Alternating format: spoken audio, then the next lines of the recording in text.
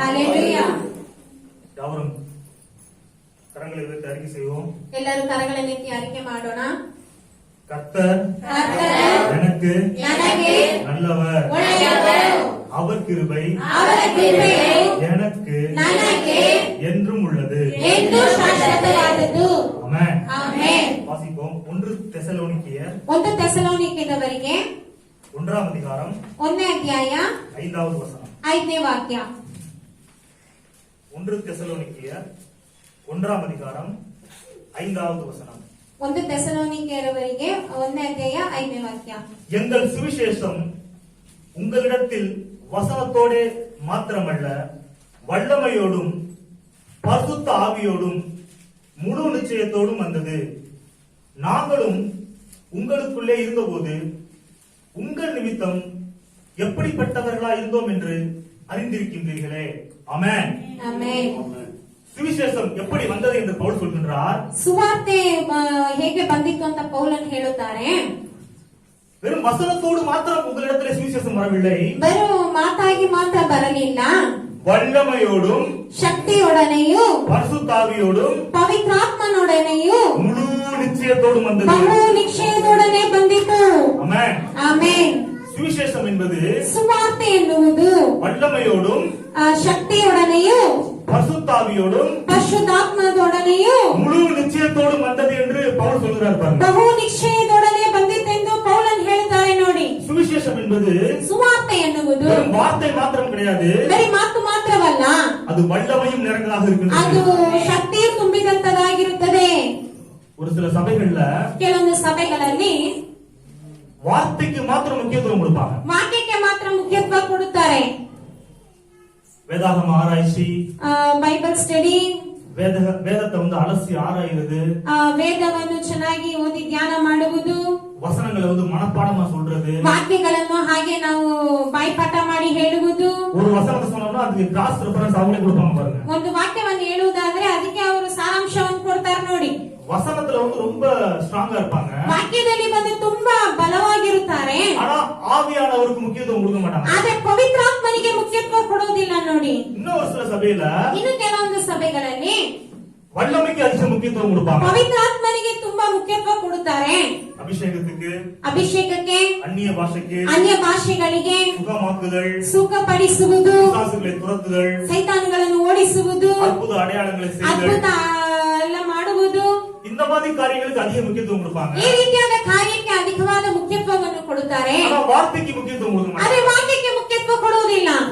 ஆனா ಆದರೆ சுவிசேஷம் என்பது ಸುವಾರ್ತೆ ಎನ್ನುವುದು வார்த்தையும் வல்லமை இரண்டும் சேர்ந்துதான் இருக்குது பாருங்க. ಅದು ವಾಕ್ಯವು ಶಕ್ತಿ ಎರಡು ಸೇರಿದೆ ನೋಡಿ. அது பிரித்து செயல்பட நல்லது இல்ல பாருங்க. ಅದನ್ನ ವಿಂಗಡಿಸಿ ಹೇಳುವಂತದ್ದು ಅದು ಸರಿಯಿಲ್ಲ ನೋಡಿ. கிறிஸ்துவின் உபதேசம் என்பது ಕ್ರೈಸ್ತನ ಉಪದೇಶವೆನ್ನುವುದು வார்த்தையும் வல்லமையும் கலந்தது. ವಾಕ್ಯವು ಶಕ್ತಿಯು ಸೇರಿರುವುದು. ஆமென். ಆಮೆನ್. ஹalleluya. பரிசுத்தாவின் வல்லமை குறித்து நாம் பார்க்க போகிறோம். ಪರಿಶುದ್ಧಾತ್ಮನ ಶಕ್ತಿಯನ್ನು ಕುರಿತಾಗಿ ಇವತ್ತು ನಾವು ನೋಡುವಂತಿದ್ದೇವೆ. இயேசுவின் உபதேசம் என்பது ಯೇಸುವಿನ ಉಪದೇಶ ಅನ್ನುವುದು வார்த்தையும் வல்லமையும் சேர்ந்ததுதான் இயேசுவின் உபதேசம். ವಾಕ್ಯವು ಶಕ್ತಿಯು ಸೇರಿರುವುದೇ ಯೇಸುವಿನ ಉಪದೇಶವು. மார்க் 1ஆம் அதிகாரம் 39வது வசனத்தில் எழுதியிருக்கு பாருங்க. ಮಾರ್ಕ್ ಬರೆದ ಸುವಾರ್ತೆಯಲ್ಲಿ ಬರೆದಿದೆ ನೋಡಿ. ಯೇಸು பிரசங்கம் பண்ணிக்கொண்டும் ಪ್ರಸಂಗ ಮಾಡಿಕೊಂಡು பிசாசுகளை துரத்திக் கொண்டும் இருந்தார். ಸೈತಾನನ್ನು ಓಡಿಸುತ್ತಾ ಇದ್ದರು. பிரசங்கம் பண்ணிக்கொண்டு பிசாசுகளை துரத்திக் கொண்டும் இருந்தார். ಪ್ರಸಂಗವನ್ನು ಮಾಡುತ್ತಾ ಮತ್ತೆ ಸೈತಾನನ್ನು ಓಡಿಸುತ್ತಾ ಇದ್ದರು. வார்த்தையால் பிரசங்கம் பண்ணிக் கொண்டிருக்கிறாரு, ವಾಕ್ಯದಿಂದ ಪ್ರಸಂಗ ಮಾಡುತ್ತಿದ್ದಾರೆ, வல்லமையால் பிசாசுகளை துரத்திக் கொண்டிருக்கிறார், ಶಕ್ತಿಯಿಂದ ಸೈತಾನನ್ನು ಓಡಿಸುತ್ತಿದ್ದಾರೆ. ஆமென். ಆಮೆನ್. அவர் நன்மை செய்கின்றவராகவும் ಅವರು ಒಳ್ಳೆಯದನ್ನು ಮಾಡುವವರಾಗಿಯೂ பிசாசின் வல்லமையில் அகப்பட்ட யாவரையும் அவர் குணமாக்குகின்றவராகவும் சுற்றித் திரிந்தார். ಸೈತಾನನ ಬಂಧನದಿಂದ ಹಿಡಿಯಲ್ಪಟ್ಟ ಎಲ್ಲರನ್ನೂ ಅವರು ಗುಣ ಮಾಡುವಂತೆ ಅವರು ಸುತ್ತಿ ಸಂಚರಿಸಿದರು. வியாதி என்பது ஒரு பிசாசின் வல்லமை பாருங்க. ರೋಗ ಅನ್ನುವುದು ಅದು ಒಂದು ಸೈತಾನನ ಶಕ್ತಿ ನೋಡಿ. பிசாசின் வல்லமையில் அகப்பட்ட யாவரையும் விடுவிக்கின்றவராக சுற்றித் திரிந்தார். அப்படிதான் ಸೈತಾನನ எழுதப்பட்டிருக்கிறது. ಶಕ್ತಿಯಿಂದ ಬಂಧನವಾಗಿರುವ ಎಲ್ಲರನ್ನು ಬಿಡಿಸುವವರಾಗಿ ಸುತ್ತು ಸಂಚರಿಸಿದರು ಅಂತ ವಾರ್ತೆಯಲ್ಲಿ ಬರೆಯಲ್ಪಟ್ಟಿದೆ. ஆனா ஆவியானவர் எழுதி வச்சிருக்கிறாரு, ಆದರೆ ಪವಿತ್ರಾತ್ಮನು ಬರೆದಿಟ್ಟಿದ್ದಾರೆ பிசாசின் வல்லமையில் அகப்பட்ட யாவரையும் குணமாக்குகின்றவராக சுற்றித் திரிந்தார் என்று. ಸೈತಾನನ ಬಂಧನದಿಂದ ಸಿಕ್ಕಿದ ಎಲ್ಲರನ್ನು ಗುಣಪಡಿಸುವವರಾಗಿ ಸಂಚರಿಸಿದರು ಅಂತ ಬರೆದಿದ್ದಾರೆ. வியாதிகள் என்பது ಆಗ ರೋಗಗಳು ಅನ್ನುವುದು பிசாசின் வல்லமையாக இருக்கின்றது. ಅದು ಸೈತಾನನ ಶಕ್ತಿಗಳಾಗಿದೆ. ஒவ்வொரு வியாதிக்கு பின்புறமாகவும் ಒಂದೊಂದು ರೋಗಕ್ಕೆ பிசாசின் கிரியைகள் இருக்குது பாருங்க. ಸೈತಾನನ ಶಕ್ತಿ ಇದೆ ನೋಡಿ. டிஎல் ஆஸ்பான் அப்படின்னு சொல்லிட்டு ஒரு பிரசங்கியா இருக்கிறார் பாருங்க, இருந்தார் பாருங்க. ಡಿ.ಎಲ್. ಆಸ್ಪಾನ್ ಅಂತ ಒಂದು ಪ್ರಸಂಗಿ ಇದ್ರು ನೋಡಿ. ஒரு ஹீலிங் அண்ட் மிராக்கல் மினிஸ்ட்ரி பண்ணவர். ಅವರು ಒಂದು ಅದ್ಭುತದ ಒಂದು ಸೇವೆಯನ್ನು ಮಾಡಿದವರು. நிறைய கேன்சர் பேஷண்ட்ஸ் அவர் குணப்படுத்தி இருக்கிறார். ತುಂಬಾ ಕ್ಯಾನ್ಸರ್ ರೋಗದಿಂದ ಇರುವ ಪೇಷಂಟ್ ಗಳನ್ನೆಲ್ಲ ಸುಖಪಡಿಸಿದ್ದಾರೆ. ಮೊದಲ ಕ್ಯಾನ್ಸರ್ ವ್ಯಾಧಿಕಾರವನ್ನು ಅವರು வரும்பொழுது ಮೊದಲಾಗಿ ಕ್ಯಾನ್ಸರ್ ರೋಗದಿಂದ ಇರುವವರೆಲ್ಲ ಅವರ ಬಳಿ ಬರುವಾಗ ಅವರು ಜೋಪ್ பண்ணுவாங்க. ಅವರು ಪ್ರಾರ್ಥನೆ ಮಾಡ್ತಾರಂತೆ, ಅವರೇ இந்த கேன்சர் கட்டி மறையிட ஆண்டவரே அப்படின்னு சொல்லுவாங்க. ದೇವರೇ ಈ ಕ್ಯಾನ್ಸರ್ ಗಡ್ಡೆ ಮಾಯವಾಗಲಿ ಅಂತ ಹೇಳಿ ಪ್ರಾರ್ಥನೆ ಮಾಡ್ತಾರೆ. ಯೇಸು சொல்லி கொடுத்தாரா, ಯೇಸು ಹೇಳಿಕೊಟ್ರಂತೆ, நீ ஜெபம் பண்றதுக்கு முன்னாடி ನೀನು ಪ್ರಾರ್ಥನೆ ಮಾಡುವ ಮುಂಚಿತವಾಗಿ இந்த கேன்சருக்கு பின்னாடி பிசாசு இருக்கிறான், ಈ ಕ್ಯಾನ್ಸರ್ ರೋಗಕ್ಕೆ ಹಿಂದೆ ಸೈತಾನನಿದ್ದಾನೆ, அவனை கடிந்து கொண்டு நீ விரட்டு, ಅವನನ್ನು ನೀನು ಗದರಿಸಿ ನೀನು ಓಡಿಸು, அப்புறம் நீ ஜெபம் பண்ணு, ಆಮೇಲೆ ನೀನು ಪ್ರಾರ್ಥನೆ ಮಾಡು, அற்புதம் நடக்கும் அப்படின்னு. ಅದ್ಭುತ ನಡೆಯುತ್ತದೆ ಅಂತ ಹೇಳಿದ್ರಂತೆ. அதே மாதிரி செஞ்சு பார்த்தாராம் பாருங்க. ಅದೇ ರೀತಿಯಾಗಿ ಮಾಡಿದರಂತೆ. ஏகப்பட்ட கேன்சர் வியாதிக்காரங்க சுகமானாங்களாம். ಎಷ್ಟೋ ಕ್ಯಾನ್ಸರ್ ರೋಗಿಗಳೆಲ್ಲ ಸುಖ ಹೊಂದಿದರು. ஆமென். ಆಮೆನ್. அப்ப அற்புத அடையாளங்கள் ரொம்ப முக்கியமா இருக்குது பாருங்க. ಆಗ ನೋಡಿ, ಅದ್ಭುತಗಳೆಲ್ಲ ತುಂಬಾ ಮುಖ್ಯ ನೋಡಿ. அற்புத அடையாளங்களை மக்கள் காணவில்லை என்றால் நாம் அறிவிக்கின்ற சத்தியங்களை விசுவாசிக்க மாட்டார்கள். ಅದ್ಭುತ ಕಾರ್ಯಗಳನ್ನೆಲ್ಲ ಜನರು ನೋಡ್ಲಿಲ್ಲ ಅಂದ್ರೆ ನಾವು ಹೇಳುವಂತ ಸತ್ಯಾಂಶವನ್ನು ಜನರು ನಂಬೋದಿಲ್ಲ ನೋಡಿ. இயேசுவோட பிரசங்கத்தை விசுவாசிக்கிறதுக்கு அற்புத அடையாளங்கள் தேவையானதா இருந்தது பாருங்க. ಯೇಸುವಿನ ಒಂದು ಪ್ರಸಂಗವನ್ನು ನಂಬುವುದಕ್ಕೆ ಅವರಿಗೆ ಅದ್ಭುತ ಒಂದು ಸೂಚಕ ಕಾರ್ಯಗಳು ಬೇಕಿತ್ತು ನೋಡಿ. யோவான் 4ஆம் அதிகாரம் 48வது வசனத்துல இயேசு சொல்றாரு பாருங்க. ಯೋಹಾನ 4ನೇ ಅಧ್ಯಾಯ 48ನೇ ವಾಕ್ಯದಲ್ಲಿ ಯೇಸು ಹೇಳ್ತಾರೆ ನೋಡಿ, நீங்கள் அடையாளங்களையும் அற்புதங்களையும் பார்க்கலனா ನೀವು ಅದ್ಭುತ ಸೂಚಕ ಕಾರ್ಯಗಳನ್ನು ನೀವು ನೋಡ್ಲಿಲ್ಲ ಅಂದ್ರೆ விசுவாசிக்க மாட்டீர்கள். ನೀವು ನಂಬುವುದಿಲ್ಲ. நீங்கள் அடையாளங்களையும் அற்புதங்களையும் காணாவிட்டால் விசுவாசிக்க மாட்டீர்கள். ನೀವು ಅದ್ಭುತ ಸೂಚಕ ಕಾರ್ಯಗಳನ್ನು ನೀವು ನೋಡ್ಲಿಲ್ಲ ಅಂದ್ರೆ ನೀವು ನಂಬುವುದಿಲ್ಲ. இயேசு சொல்றாரு பாருங்க. ಯೇಸು ಹೇಳುತ್ತಾರೆ ನೋಡಿ, விசுவாசம் ವಿಶ್ವಾಸವು தேவனுடைய வார்த்தைகளை கேட்பதினால் வரும் என்று ரோமர் 10:17 சொல்கின்றது. ದೇವರ ವಾಕ್ಯವನ್ನು ಕೇಳುವುದರಿಂದ ಬರುತ್ತದೆ ಅಂತ ಹೇಳಿ ರೋಮಾಪುರದವರಿಗೆ 10:17ನೇ ವಾಕ್ಯ ಹೇಳುತ್ತದೆ. இயேசு சொல்றாரு, ಯೇಸು ಹೇಳುತ್ತಾರೆ, விசுவாசம் தேவனுடைய வல்லமையை பார்ப்பதினால் வரும் என்று. ನಂಬಿಕೆ ದೇವರ ಒಂದು ಶಕ್ತಿಯನ್ನು ನೋಡುವುದರಿಂದ ಬರುತ್ತದೆ ಅಂತ. அப்ப வார்த்தையும் முக்கியம், ಅದು ವಾಕ್ಯವು ಮುಖ್ಯ, பரிசுத்த ஆவியானவருடைய வல்லமையும் முக்கியம். ಪರಿಶುದ್ಧಾತ್ಮನ ಶಕ್ತಿಯೂ ಮುಖ್ಯ. ஆமென். ಆಮೆನ್. ஹalleluya. ಹಲ್ಲೆಲೂಯಾ. யோவான் 14ஆம் அதிகாரம் 11வது வசனத்துல இயேசு சொல்றாரு, ಯೋಹಾನ 14ನೇ ಅಧ್ಯಾಯ 11ನೇ ವಾಕ್ಯದಲ್ಲಿ ಯೇಸು ಹೇಳುತ್ತಾರೆ, நான் பிதாவிலும் ನಾನು ತಂದೆಯಲ್ಲಿಯೂ பிதா என்னிலும் இருக்கிறதை நம்புங்கள். ತಂದೆ ನನ್ನಲ್ಲಿ ಇರುವುದನ್ನು ನಂಬಿರಿ. அப்படி இல்லாவிட்டாலும் ಆಗಿಲ್ಲ ಅಂದರೂ என் கிரியை நிமித்தமாவது என்னை நம்புங்கள். ನನ್ನ ಕ್ರಿಯೆಗಳ ಮೂಲಕವಾಗಿ ನನ್ನನ್ನು ನಂಬಿರಿ. என்னோட தேவன் இருக்கிறார் என்பதை ನನ್ನೊಂದಿಗೆ ದೇವರಿದ್ದಾರೆ ಎನ್ನುವುದನ್ನು என் கிரியைகளை பார்த்து நம்புங்கள் அப்படியே சொல்றாரு பாருங்க. ನನ್ನ ಕ್ರಿಯೆಗಳನ್ನು ನೋಡಿ ನೀವು ನಂಬಿರಿ ಅಂತ ಹೇಳಿ ಯೇಸು ಹೇಳುತ್ತಾರೆ ನೋಡಿ. ஆமென். ಆಮೆನ್. என்ன ಆಗ ಏನು? அற்புத அடையாளங்கள் மூலமாக ಅದ್ಭುತ ಸೂಚಕ ಕಾರ್ಯಗಳ ಮೂಲಕವಾಗಿ கர்த்தருடைய ஆவியானவர் என்னோடு இருக்கின்றார், தேவன் என்னோடு இருக்கின்றார் என்பதை வெளிப்படுத்தி ಕರ್ತನ ಆತ್ಮನು காட்டுகிறார். ನನ್ನೊಂದಿಗಿದ್ದಾರೆ ಅಂತ ಹೇಳಿ ಪ್ರಕಟಿಸಿ ತೋರಿಸುತ್ತದೆ ನೋಡಿ. ஹalleluya. ஹalleluya. இயேசு நம்ம கூட தான் இருக்கிறாரு. ಯೇಸು ನಮ್ಮೊಂದಿಗೆ ಇದ್ದಾರೆ. அவர் இம்மானுவேல். ಅವರು ಇಮ್ಮಾನುವೇಲನು. ஹalleluya. ஹalleluya. நம்மோடு கூடவே இருக்கின்றார். ದೇವರು ನಮ್ಮೊಂದಿಗೆ ಇದ್ದಾರೆ. வேதம் சொல்கிறது யோவான் 14ஆம் அதிகாரம் 12வது வசனத்துல, ಯೋಹಾನ 14ನೇ ಅಧ್ಯಾಯ 12ನೇ ವಾಕ್ಯದಲ್ಲಿ, என்னை விசுவாசிக்கிறவன் ನನ್ನನ್ನು ನಂಬುವವನು நான் செய்கின்ற கிரியைகளை தானும் செய்வான், ನಾನು ನಡೆಸುವ ಕ್ರಿಯೆಗಳನ್ನು ತಾನೂ ನಡೆಯುವವನು, இவைகளை பார்க்கிலும் ಮತ್ತು ಅವುಗಳಿಗಿಂತ பெரிய கிரியைகளையும் செய்வான். ಮಹತ್ತಾದ ಕ್ರಿಯೆಗಳನ್ನು ನಡೆಸುವನು. ஹalleluya. இயேசுவை விசுவாசிக்கிறவங்க ಯೇಸುವನ್ನು ನಂಬುವವರು இயேசு செஞ்ச கிரியைகளை மாத்திரம் கிடையாது, ಯೇಸು ಮಾಡಿದಂತ ಕ್ರಿಯೆಗಳನ್ನು ಮಾತ್ರವಲ್ಲ, அதை பார்க்கிலும் பெரிய கிரியைகளை செய்ய முடியும். ಅದಕ್ಕಿಂತಲೂ ಮಹತ್ತಾದ ಕ್ರಿಯೆಗಳನ್ನು ನಡೆಸಬಹುದು. இயேசுவே வாக்கு கொடுத்திருக்கின்றார். ಯೇಸುವೆ ವಾಗ್ದಾನ ಮಾಡಿದ್ದಾರೆ. ஹalleluya. ಹಲ್ಲೆಲೂಯಾ. மார்க் 16ஆம் அதிகாரம் 17-18 வாசித்து பாருங்க. ಮಾರ್ಕ್ 16ನೇ ಅಧ್ಯಾಯ 17-18ನೇ ವಾಕ್ಯವನ್ನು ನೀವು ಓದಿ ನೋಡಿ. விசுவாசிக்கிறவர்களால் நடக்கும் அடையாளங்களாவன. ನಂಬುವವರಿಂದ ನಡೆಯುವಂತಹ ಒಂದು ಸೂಚಕ ಕಾರ್ಯಗಳು. இயேசு கிறிஸ்துவை விசுவாசிக்கிற ಯೇಸು ಕ್ರಿಸ್ತನನ್ನು ನಂಬುವಂತಹ ஒவ்வொரு விசுவாசிகளுக்கும் ಒಂದೊಂದು ವಿಶ್ವಾಸಿಗಳಿಗೂ தனிப்பட்ட முறையிலே ಅವರಿಗಾಗಿ இயேசு கொடுத்த வாக்குத்தத்தங்கள், ಯೇಸು ಕೊಟ್ಟಂತಹ ವಾಗ್ದಾನಗಳು, என் நாமத்தினாலே பிசாசுகளை துரத்துங்கள், ನನ್ನ ನಾಮದಿಂದ ಸೈತಾನನ್ನು ಓಡಿಸಿರಿ. ஹalleluya. விசுவாசிக்கிறவர்கள் இயேசு கிறிஸ்துவின் நாமத்தினாலே பிசாசுகளை துரத்துவார்கள். ನಂಬುವವರು ಯೇಸು ಕ್ರಿಸ್ತನ ಹೆಸರಿನಲ್ಲಿ ಸೈತಾನುಗಳನ್ನು ಓಡಿಸುವರು. நவமான வார்த்தைகளை பேசுவார்கள். ನವವಾದ ಭಾಷೆಗಳನ್ನು ಮಾತನಾಡುವರು. ಸರ್ಪங்களை எடுப்பார்கள். ಸರ್ಪಗಳನ್ನು ಎತ್ತುವರು. சாவுக்கு ஏதுவான யாதொன்றை குடித்தாலும் அதை அவர்களை சேதப்படுத்த மாட்டாது. ವಿಷ ಪದಾರ್ಥ ಯಾವುದು ಕುಡಿದರೂ ಅವರನ್ನು ಕ್ಷೇಮಪಡಿಸುವುದಿಲ್ಲ. வியாதியஸ்தர்கள் மீது கைகளை வைப்பார்கள். ರೋಗಿಗಳ ಮೇಲೆ ಕೈಯನ್ನು ಇಡುವರು. இந்த வியாதி ಆ ರೋಗ தொத்திக்கிறோம். ಎಲ್ಲರಿಗೂ ಹಬ್ಬಿಕೊಳ್ಳುತ್ತೆ. அப்படியா சொல்லுங்க. ಆ ರೀತಿಯಾಗಿ ಹೇಳಿ வியாதியஸ்தர்கள் மீது கைகளை வைப்பார்கள், அப்பொழுது அவர்கள் சுஸ்தமாவார்கள். ರೋಗಿಗಳ ಮೇಲೆ ಕೈಯನ್ನು ಇಡುವರು, ಆಗ ಅವರು ಸ್ವಸ್ಥವಾಗುವರು. ஆமென். ஹalleluya. ಹಲ್ಲೆಲೂಯಾ. ஒரு வீட்ல நாங்க ஜெப கூட நடத்திட்டு இருந்தோம் பாருங்க. ಒಂದು ಮನೆಯಲ್ಲಿ ನಾವು ಪ್ರಾರ್ಥನೆ ಕೂಟ ನಡೆಸ್ತಿದ್ವಿ ನೋಡಿ.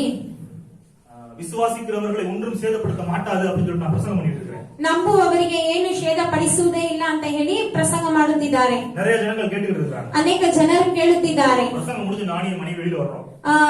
ಪ್ರಸಂಗವನ್ನು ಮುಗಿಸ್ಕೊಂಡು ನಾನು ನನ್ನ ಗಂಡ ಹೊರಗಡೆ ಬರ್ತೇವೆ. அப்ப ஒருத்தவங்க ஓடி சொல்றாங்க, ಆಗ ಒಬ್ರು ಓಡ್ ಬಂದು ಹೇಳುತ್ತಾರೆ, பாஸ்டர் ಪಾಸ್ಟರ್ அங்க ஒரு கொரோனா பேஷண்ட் இருக்காங்க, ಅಲ್ಲಿ ಒಬ್ರು ಕೊರೋನಾ ಪೇಷಂಟ್ ಇದ್ದಾರೆ, அவங்கள தனிமைப்படுத்தி குவாரண்டைன் பண்ணி வச்சிருக்காங்க, ಅವ್ರನ್ನ ಕ್ವಾರಂಟೈನ್ ಮಾಡಿಟ್ಟಿದ್ದಾರೆ, அவங்களுக்காக ஜெபம் பண்ணணும், ಅವ್ರಿಗಾಗಿ ಪ್ರಾರ್ಥಿಸಬೇಕು, அவங்க ரொம்ப மரண பயத்துல இருக்காங்க, ಅವರು ತುಂಬಾ ಮರಣದ ಭಯದಲ್ಲಿದ್ದಾರೆ, வயசான அம்மா பாருங்க, ಅವ್ರು ವಯಸ್ಸಾದವ್ರು ನೋಡಿ, அவங்க ஜெபம் பண்ணி வெளியில இருந்து ஜெபம் பண்ணுங்க அப்படின்னா ಹೊರಗಡೆ ನಿಂತ್ಕೊಂಡು ಪ್ರಾರ್ಥನೆ ಮಾಡಿ ಅಂತ ಹೇಳಿದ್ರು. நானே மனைவி போனோம் 2 மாசத்துக்கு முன்னாடி, 2 ತಿಂಗಳ ಮುಂಚೆ ನಾನು ಪಾಸ್ಟರ್ ಹೋದ್ವಿ ನೋಡಿ.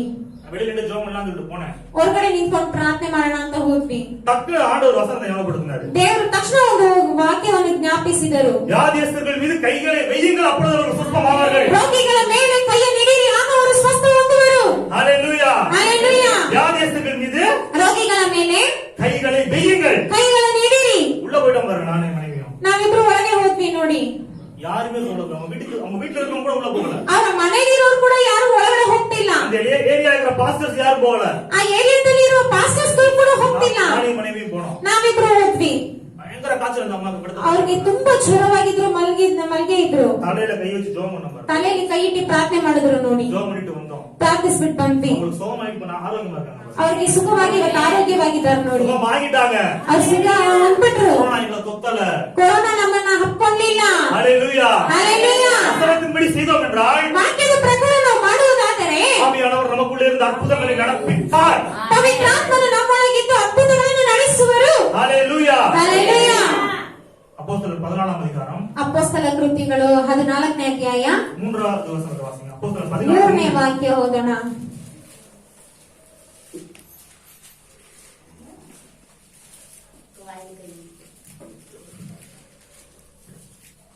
அப்போஸ்தலர் 14:3.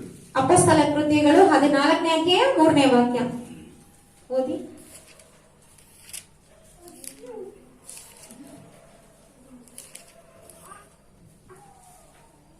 ಹೀಗಿರಲಾಗಿ ಪೌಲ ಬರ್ನಬಾರು ಬಹುಕಾಲ ಅಲ್ಲಿದ್ದು ಕರ್ತನು ಅವರ ಕೈಯಿಂದ ಸೂಚಕ ಕಾರ್ಯಗಳು ಅದ್ಭುತ ಕಾರ್ಯಗಳು ಆಗುವಂತೆ ದಯಪಾಲಿಸಿ ತನ್ನ ಕೃಪಾ ವಾಕ್ಯಕ್ಕೆ ಸಾಕ್ಷಿ ಕೊಟ್ಟದ್ದರಿಂದ ಆತನ ಮೇಲೆ ಭರವಸೆವಿಟ್ಟು ಧೈರ್ಯದಿಂದ ಮಾತನಾಡುತ್ತಿದ್ದರು.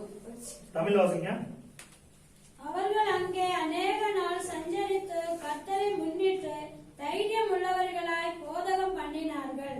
அவர் தமது கிருபையுள்ள வசனத்திற்கு சாட்சியாகி அடையாளங்களையும் அற்புதங்களையும் அவர்கள் கைகளால் செய்யும்படி அனுகிரகம் பண்ணினார்கள். ஹalleluya. ಹಲ್ಲೆಲೂಯಾ. அவர்கள் பிரசங்கிக்கின்ற ಅವರು ಸುವಾರ್ತೆ ಸಾರಿದಂತಹ கிருபையுள்ள வசனத்திற்கு சாட்சியாக ಕೃಪಾ ವಾಕ್ಯಕ್ಕೆ ಸಾಕ್ಷಿ ಕೊಟ್ಟದ கர்த்தர் என்ன பண்றாரா? ಕರ್ತನ್ ಏನ್ ಮಾಡುತ್ತಾರೆ? அடையாளங்களும் ಸೂಚಕ ಕಾರ್ಯಗಳು ಅದ್ಭುತಗಳು அவர்கள் கையினால் ಅವರ ಕೈಯಿನಿಂದ செய்யும்படி அனுகிரகம் பண்ணினார். ಮಾಡುವಂತೆ ಅವರಿಗೆ ಅನುಗ್ರಹ ಮಾಡುತ್ತಾರೆ. ஹalleluya. ಹಲ್ಲೆಲೂಯಾ. பிரசங்கிக்கிறது கிருபையுள்ள வசனமாக இருந்தால், ನಾವು ಪ್ರಸಂಗ ಮಾಡುವುದು ಅದು ಕೃಪಾ ವಾಕ್ಯವಾಗಿದ್ದರೆ அடையாளங்களும் அற்புதங்களும் கண்டிப்பாக கர்த்தர் நம்முடையமாக செய்வார். ಅದ್ಭುತ ಕಾರ್ಯಗಳು ಸೂಚಕ ಕಾರ್ಯಗಳು ಕರ್ತನು ನಮ್ಮ ಮೂಲಕವಾಗಿ ಮಾಡುವರು. ஹalleluya. அப்போஸ்தலர் 1ஆம் அதிகாரம் 8வது வசனத்தில் எழுதப்பட்டிருக்கின்றது, ಅಪೊಸ್ತಲರು 1ನೇ ಅಧ್ಯಾಯ 8ನೇ ವಾಕ್ಯದಲ್ಲಿ ಬರೆಯಲ್ಪಟ್ಟಿದೆ, பரிசுத்த ஆவி உங்களிடத்தில் வரும் பொழுது ಪರಿಶುದ್ಧಾತ್ಮನು ನಿಮ್ಮ ಮೇಲೆ ಬರಲು நீங்கள் பலனடைந்து ನೀವು ಬಲವನ್ನು ಹೊಂದಿ எருசலேமிலும் ಯೆರೂಸಲೇಮಿನಲ್ಲಿಯೂ யூதேயா முழுவதிலும் ಎಲ್ಲಾ யூதೇಯ முழுவதிலும் சமாரியாவிலும் ಸಮಾರಿಯ ಸೀಮೆಗಳಲ್ಲಿಯೂ பூமியின் கடைசி பரியந்தமும் ಭೂಲೋಕದ ಕಡೆಯವರೆಗೂ எனக்கு சாட்சிகளாயிருப்பீர்கள். ನನಗೆ ಸಾಕ್ಷಿಗಳಾಗಿರಬೇಕು ಅಂದರು. ஹalleluya. ಹಲ್ಲೆಲೂಯಾ. பரிசுத்த ஆவியானவர் எதற்காக நமக்குள்ளே வருகின்றார்? ಪರಿಶುದ್ಧಾತ್ಮನು ಯಾವುದಕ್ಕಾಗಿ சாட்சியாக இருப்பதற்காக நமக்குள்ளே அவர் வருகின்றார். ಯೇಸುವಿಗೆ ನಾವು ಸಾಕ್ಷಿಯಾಗಿ ಇರುವುದಕ್ಕಾಗಿ ಅವರು ನಮ್ಮಲ್ಲಿ ಬರುತ್ತಾರೆ. அப்ப ஆவியானவர் நம்ம அதிக முக்கியத்துவம் கொடுக்கணும். ಆಗ ನಾವು ಪವಿತ್ರಾತ್ಮನಿಗೆ ಅಧಿಕವಾದ ಮುಖ್ಯತ್ವವನ್ನು ಕೊಡಬೇಕು ನೋಡಿ. ஆவியானவர் இல்லை என்றால், ಪವಿತ್ರಾತ್ಮನೇ ಇಲ್ಲ ಅಂದ್ರೆ நம்மால இந்த உலகத்துல இயேசுவுக்கு சாட்சியாக வாழவே முடியாது. ನಮ್ಮಿಂದ ಈ ಲೋಕದಲ್ಲಿ ಯೇಸುವಿಗೆ ಸಾಕ್ಷಿಯಾದ ಜೀವನವನ್ನು ಮಾಡಕ್ ಸಾಧ್ಯನೇ ಇಲ್ಲ. ஆவியானவருக்கு அதிக முக்கியத்துவம் கொடுக்க வேண்டும். ಪವಿತ್ರಾತ್ಮನಿಗೆ ನೀವು ಅಧಿಕವಾದ ಮುಖ್ಯತ್ವ ಕೊಡಬೇಕು. ஆமென். ಆಮೆನ್. இயேசு உங்களை குணமாக்குவார், நான் பிரசங்கம் பண்றேன். ಈಗ ಯೇಸು ನಿಮ್ಮನ್ನು ಗುಣಪಡಿಸುತ್ತಾರೆ ಅಂತ ನಾವು ಪ್ರಸಂಗ ಮಾಡುತ್ತೇವೆ. நானே ஒரு குணமாக்க முடியாத ஒரு வியாதியில இருந்துகிட்டு ನಾನೇ ಒಂದು ಗುಣ ಆಗದೇ ಇರುವಂತ ರೋಗದಿಂದ ಇದ್ಬಿಟ್ಟು இயேசு உங்களை குணமாக்கான்னு சொன்னா ಯೇಸು ನಿಮ್ಮನ್ನು ಗುಣಪಡಿಸುತ್ತಾರೆ ಅಂತ ಹೇಳಿದರೆ ஏத்துக்கிறீங்களா? ನೀವು ಅಂಗೀಕರಿಸ್ಕೊಳ್ತೀರಾ? ஒரு அவிசுவாசி ஏத்துக்குருவாரா? ಒಂದು ಅವಿಶ್ವಾಸಿಯನ್ನು ಅಂಗೀಕರಿಸ್ಕೊಳ್ತಾರಾ? அவர் என்ன சொல்லுவாரு? ಅವ್ರು ಏನ್ ಹೇಳ್ತಾರೆ? இத்தனை வருஷமா நீங்க இயேசு விசுவாசிச்சுட்டு இருக்கீங்க. ಇಷ್ಟು ವರ್ಷದಿಂದ ನೀವು ಯೇಸುವನ್ನು ನಂಬ್ತಿದ್ದೀರಿ. ஃபர்ஸ்ட் அவர் உங்களை குணமாக்கட்டும், ಫಸ್ಟ್ ಅವ್ರು ನಿಮ್ಮನ್ನು ಗುಣಪಡಿಸಲಿ, அப்புறமேட்டு நீங்க வந்து இயேசு குணமாக்காருன்னு சொல்லுங்க. அது உண்மையா நம்புறேன். ಆಮೇಲೆ ನಮಗ್ ಬಂದು ನೀವ್ ಹೇಳಿ ಯೇಸು ಗುಣಪಡಿಸುತ್ತಾರೆ ಅಂತ ಆಗ ನಾವು ನಂಬುತ್ತೇವೆ. அவங்க பாக்குறாங்க பாருங்க, வாழ்க்கையில பாக்குறாங்க. ಅವ್ರು ನೋಡ್ತಾರ ನೋಡಿ, ನಮ್ಮ ಜೀವನವನ್ನು ನೋಡ್ತಾರ ನೋಡಿ. நம்மள அவங்க கண்ணோக்கி பாக்குறாங்க. நம்மளுடைய வாழ்க்கை எப்படி இருக்கு, நம்ம உடல்நிலை எப்படி இருக்கு, நம்ம ஆக்டிவிட்டி எப்படி இருக்கு, எல்லாமே பாக்குறாங்க பாருங்க. ನಮ್ಮ ಒಂದು ನಾವು ಹೇಗಿದ್ದೇವೆ, ನಮ್ಮ ಒಂದು ಚಟುವಟಿಕೆಗಳೆಲ್ಲ ಹೇಗಿದೆ ಅಂತ ಹೇಳಿ ನಮ್ಮ ಜೀವನವನ್ನು ನೋಡ್ತಾರ ನೋಡಿ ಅವರು. ஒரு மெடிக்கல் ஷாப்புக்கு போய் நீங்க போறீங்க, ಒಂದು ಮೆಡಿಕಲ್ ಶಾಪ್ ನೀವು ಹೋಗ್ತೀರಿ, உங்களுக்கு கோல்ட் ஆயிருக்குது, ನಿಮಗೆ ಕೋಲ್ಡ್ ಆಗಿದೆ, ஒரே இருமலா இருக்குது, ಕೆಮ್ಮಾಗಿದೆ, மருந்து வாங்குறதுக்காக போறீங்க. ಔಷಧಿ ತಗೊಳ್ಳುವುದಕ್ಕಾಗಿ ಹೋಗ್ತೀರಿ. அந்த மெடிக்கல் ஷாப்ல இருக்கிற அந்த கடைக்காரரு ಆ ಮೆಡಿಕಲ್ ಸ್ಟೋರ್ ಅಲ್ಲಿ ಇರುವಂತಹ ಅಂಗಡಿಯವರು அப்படி சீத்திட்டு ಆ ರೀತಿಯಾಗಿ ಕೆಮ್ಕೊಂಡು என்ன வேணும் அப்படின்னு கேட்டா சொல்லுவீங்க, ಏನ್ ಬೇಕು ಅಂತ ಕೇಳಿದ್ರೆ ನೀವ್ ಏನ್ ಹೇಳ್ತೀರಿ? அப்படியே ரிட்டர்ன் போயிருவீங்க. ಹಾಗೆ ರಿಟರ್ನ್ ಹೋಗ್ಬಿಡ್ತೀರಿ. இவ்வளவு மருந்து இருக்கு, நீ ஏன் அந்த மருந்து மாத்திரை சாப்பிட்டு உடனே நீ சுகமாகல? ಇಷ್ಟು ಒಂದು ಔಷಧಿಗಳಿದೆ, ಇಷ್ಟ ಔಷಧಿಗಳನ್ನೆಲ್ಲ ತಿನ್ಕೊಂಡು ನಿನ್ನನ್ನು ನೀನು ಸುಖ ಪಡಿಸ್ಕೊಳ್ಳಿಲ್ಲ, மருந்து வாங்கி என்ன பண்றது போயிடுவாரு. ನಿನ್ನ ಹತ್ರ ನಾನು ಔಷಧಿ ತಗೊಂಡು ನಾನೇನ್ ಮಾಡೋದು ಅಂತ ಹೇಳಿ ಹೋಗ್ಬಿಡ್ತಾರೆ ನೋಡಿ, ವಾಪಸ್ ಬೇರೆ ಅಂಗಡಿಗೆ ಹೋಗ್ತಾರೆ. அப்படிதான் பாருங்க. ಆ ರೀತಿಯಾಗಿ ನೋಡಿ இயேசு உங்களை குணமாக்குவார் என்று நான் ஒருத்தருக்கு சொல்றேன் அப்படின்னா, ನಿಮ್ಮನ್ನು ಗುಣಪಡಿಸುತ್ತಾರೆ ಅಂತ ನಾನು ಒಬ್ಬರಿಗೆ ಹೇಳುವುದಾದರೆ நான் முதலில் ஆரோக்கியமாக இருக்க வேண்டும். ನಾವು ಮುಂಚೆ ಆರೋಗ್ಯವಾಗಿರ್ಬೇಕು. ஹல்லேலூயா. ஹல்லேலூயா. அதுதான் ஆவியானவர் இருக்கிறார் பாருங்க. ಅದಕ್ಕೆ ಪವಿತ್ರಾತ್ಮನಿದ್ದಾರೆ ನೋಡಿ, நம்மை சாட்சியாக நிறுத்துவார். ನಮ್ಮನ್ನು ಸಾಕ್ಷಿಯಾಗಿ ನಿಲ್ಲಿಸುವರು. இயேசு உன் பாவங்களில் இருந்து உங்களுக்கு விடுதலை தருவார் அப்படின்னு சொல்லிட்டு, ಯೇಸು ನಿಮ್ಮ ಪಾಪಗಳಿಂದ ನಿಮಗೆ ಬಿಡುಗಡೆ ಕೊಡುವರು ಅಂತ ಹೇಳ್ಬಿಟ್ಟು, நான் சிகரெட்டுக்கும் தண்ணிக்கும் அடிமையா இருந்தேன்னா, ಸಿಗರೇಟ್ ಸೇರ್ಕೊಂಡು ನೀರು ಇದು ಕುಡ್ಕೊಂಡು ಇರುವುದಾದರೆ எப்படி ಹೇಗೆ முடியாது பாருங்க. சாட்சி வாழ்க்கை கிடையாது பாருங்க. ಸಾಕ್ಷಿ ಒಂದು ಜೀವನ ಇಲ್ಲ ನೋಡಿ. அப்ப நான் பாவத்திலிருந்து முதலில் விடுதலை அடைந்து விட்டு ನಾವು ಪಾಪದಿಂದ ಮೊದಲು ಬಿಡುಗಡೆಯಾಗಿ நான் இயேசுவை குறித்து சாட்சி சொல்லும் பொழுது ನಾನು ಯೇಸುವಿನ ಬಗ್ಗೆ ಸಾಕ್ಷಿಯನ್ನು ಹೇಳುವಾಗ சாட்சி செல்லும் பாருங்க. ಆ ಸಾಕ್ಷಿಯು ಬೆಲೆ ಉಳ್ಳದು ನೋಡಿ. அதற்கு தான் ஆவியானவர் கொடுக்கப்பட்டிருக்கின்றார். ಅದಕ್ಕಾಗಿ ಪವಿತ್ರಾತ್ಮನು ಕೊಡಲ್ಪಟ್ಟಿದ್ದಾರೆ. சாட்சியாக நிறுத்துவதற்காக ஆவியானவர் கொடுக்கப்பட்டிருக்கின்றார். ನಮ್ಮನ್ನು ಸಾಕ್ಷಿಯಾಗಿ ನಿಲ್ಲಿಸುವುದಕ್ಕಾಗಿ ಪವಿತ್ರಾತ್ಮನು ಕೊಡಲ್ಪಟ್ಟಿದ್ದಾರೆ. ஹல்லேலூயா. ಹಲ್ಲೆಲೂಯಾ. அப்ப நம்மை சாட்சியாக மாற்றுகின்றவருக்கு ಆಗ ನಮ್ಮನ್ನು ಸಾಕ್ಷಿಯಾಗಿ ಮಾರ್ಪಡಿಸುವವರಿಗೆ அதிக முக்கியத்துவம் கொடுக்கணும் பாருங்க. ಅಧಿಕ ಮುಖ್ಯತ್ವ ಕೊಡಬೇಕು ನೋಡಿ. ஆவியானவரால் நாம் நிரப்பப்பட வேண்டும். ನಾವು ಪವಿತ್ರಾತ್ಮನಿಂದ ನಾವು ತುಂಬಲ್ಪಡಬೇಕು. ஆவியானவரால் நிரப்பப்பட்டவர்கள், அதாவது அபிஷேகத்தை பெற்றவர்கள் ಅಭಿಷೇಕವನ್ನು ಹೊಂದಿದವರು ஆவியானவருக்கு அதிக முக்கியத்துவம் கொடுக்க வேண்டும். ಆ ಪವಿತ್ರಾತ್ಮನಿಗೆ ತುಂಬಾ ಅಧಿಕವಾದ ಮುಖ್ಯತ್ವವನ್ನು ಕೊಡಬೇಕು. அபிஷேகத்தில் நிறைந்து அதிக நேரம் ஜெபிக்க வேண்டும். ಅಭಿಷೇಕದಲ್ಲಿ ತುಂಬಿ ಅಧಿಕ ಸಮಯ ನಾವು ಪ್ರಾರ್ಥಿಸಬೇಕು. ஆமென். ಆಮೆನ್. ஹல்லேலூயா. ಹಲ್ಲೆಲೂಯಾ. ஆவியானவரின் அபிஷேகத்தை பெறாதவர்கள் ಪವಿತ್ರಾತ್ಮನ ಅಭಿಷೇಕವನ್ನು ಹೊಂದದೇ ಇರುವವರು பெரும்படி ಹೊಂದುವಂತೆ விருப்பப்படுங்கள். ಇಷ್ಟಪಡಿರಿ. தாகம் உள்ளவன் மேல் தண்ணீரை ஊற்றுவேன் ஆண்டவர் சொல்லியிருக்கிறார். ದಾಹವುಳ್ಳವನ ಮೇಲೆ ನೀರನ್ನು ಸುರಿಸುವೆನು ಅಂತ ದೇವರು ಹೇಳಿದ್ದಾರೆ. ஹல்லேலூயா. ಹಲ್ಲೆಲೂಯಾ. நீங்க தாகமா இருந்தீங்க, வாஞ்சையா இருந்தீங்க அப்படின்னா, ನೀವು ದಾಹವಾಗಿದ್ದೀರಾ, ಆಸಕ್ತಿಯಿಂದ ಇದ್ದೀರಾ ಅಂದ್ರೆ கண்டிப்பாக இயேசுவை விசுவாசிக்கின்ற உங்களுக்கு அவர் ஆவியை ஊற்றுவார் உங்கள் மீது. ಖಂಡಿತವಾಗಿ ಯೇಸುವನ್ನು ನಂಬುವ ನಿಮಗೆ ಪವಿತ್ರಾತ್ಮವನ್ನು ಸುರಿಸುವರು. வாஞ்சிக்கணும் பாருங்க. ನೀವು ಇಷ್ಟಪಡಬೇಕು ನೋಡಿ. வாஞ்சைனா கிடைக்காது பாருங்க. ಇಷ್ಟಪಡ್ಲಿಲ್ಲ ಅಂದ್ರೆ ನಿಮ್ಗೆ ಸಿಗೋದಿಲ್ಲ. போன வாரம் ಒಂದು ವಾರ ஒரு வீட்ல ஒரு பொண்ணுக்கு வந்து பிசாசு பிடிச்சிருந்துச்சு. ಒಂದು ಮನೆಗೆ ಹೋಗಿದ್ವಿ, ಆ ಹುಡುಗಿಗೆ ಬಂದು ದೆವ್ವ ಹಿಡಿದಿತ್ತು. அந்த ஏரியால இருக்கிற பாஸ்டர்ஸ்க்கே தெரியல பாருங்க. ಆ ಏರಿಯಾಲಿರುವ ಸೇವಕರಿಗೆ ಗೊತ್ತಿಲ್ಲ ನೋಡಿ. எங்களோட சீனியர்ஸ் அவங்கலாம், ಇವ್ರಿಗಿಂತಲೂ ಸೀನಿಯರ್ಸ್ ಗಳೇ, அவங்களால இந்த பிசாசை ஓட்ட முடியல. ಅವರಿಂದನೇ ಆ ಸೈತಾನ ಓಡ್ಸಕ್ಕಾಗ್ಲಿಲ್ಲ. நானும் என் மனைவி போறோம். ನಾನು ಪಾಸ್ಟರ್ ಹೋಗ್ತೇವೆ. அந்த பொண்ணு ஒரு மாதிரி ஆட ஆரம்பிச்சு. நாங்க போன உடனே ಆ ಹುಡುಗಿ ಒಂದು ರೀತಿಯಾಗಿ ಆಡಲು ಆರಂಭಿಸಿತು. கையை வச்சு ஜோம் பண்ண பிசாசு வெளியில வருது. ನಾವು ಕೈ ಇಟ್ಟಿ ಪ್ರಾರ್ಥನೆ ಮಾಡಿದ್ವಿ, ಸೈತಾನನು ಹೊರಗಡೆ ಬಂತು. 4 வருஷமா நான் இந்த சரீரத்துல இருக்கிறேன்னு சொல்லுது. 4 ವರ್ಷವಾಗಿ ಆ ಶರೀರದಲ್ಲಿ ಇದ್ದೇನೆ ಅಂತ ಹೇಳಿತು. நான் விடவே மாட்டேன் போல, ನಾನು ಬಿಡುವುದೇ ಇಲ್ಲ ரொம்ப மயானத்துல பிடிச்சிட்டான். மயானத்துல ಅಂತ ಹೇಳಿ ಮಶಾನದಲ್ಲಿ ಇಡ್ದೆ ಅಂತ ಹೇಳ್ತು. நாங்க விரட்டணும் பாருங்க. ನಾವು ಓಡಿಸ್ದ್ವಿ ನೋಡಿ. பரிசுத்தாவியான ஒரு வல்லமையை கொண்டு அக்னியை போட்டு விரட்டணும். ಪರಿಶುದ್ಧಾತ್ಮನ ಒಂದು ಶಕ್ತಿಯಿಂದ ಅಗ್ನಿಯನ್ನು ಹಾಕಿ ನಾವು ಓಡಿಸಿದ್ವಿ. டெலிவரன்ஸ் ஆயிடுச்சு. ಬಿಡುಗಡೆ ಆಯ್ತು. அடுத்த திங்கட்கிழமை நாங்க மறுபடியும் போறோம். ಮತ್ತೆ ನಾವು ಸೋಮವಾರ ಹೋಗ್ತೇವೆ. அப்ப எங்களோட பாஸ்டர் சொல்லி கொடுத்தாங்க. ಆಗ ಒಬ್ರು ಪಾಸ್ಟರ್ ಹೇಳ್ಕೊಟ್ರು, அசுத்தாவி போயிடுச்சு, ಅಶುದ್ಧಾತ್ಮವು ಹೋಯ್ತು, பரிசுத்தாவின் அபிஷேகத்துக்காக நீ ஜெபம் பண்ணு, அற்புதம் நடக்கும். பாஸ்டர் சொல்லி கொடுத்தாங்க. ಈಗ ಪರಿಶುದ್ಧಾತ್ಮದ ಒಂದು ಅಭಿಷೇಕಕ್ಕಾಗಿ ನೀನು ಪ್ರಾರ್ಥಿಸು, ಆಗ ಅದ್ಭುತ ನಡೀತದೆ ಅಂತ ಹೇಳಿದರು. நான் தலையில கைய வச்சு ತಲೆಯಲ್ಲಿ ಕೈ ಇಟ್ಟು அந்த பொண்ணுட்ட வந்து அறிக்கை வாங்குறேன்.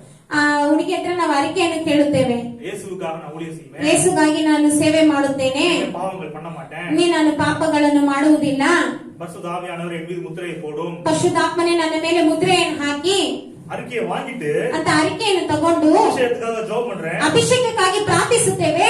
உடனே அபிஷேகம் இறங்கிச்சு பாருங்க. ತಕ್ಷಣ ಅಭಿಷೇಕ ಇಳಿಯಿತು ನೋಡಿ. அபிஷேகத்துல அந்நிய பாஷை பேசி மைக்கு கீழே விட்டுச்சு. ಅಭಿಷೇಕದಲ್ಲಿ ತುಂಬಿ ಅನ್ಯ ಭಾಷೆಯನ್ನು ಮಾತನಾಡಿ ಹಾಗೆ ಬಿದ್ದೋಯ್ತು ನೋಡಿ. எந்திரிச்சு மூஞ்சி அவ்வளவு ஒரு பிரைட்டா இருக்கு.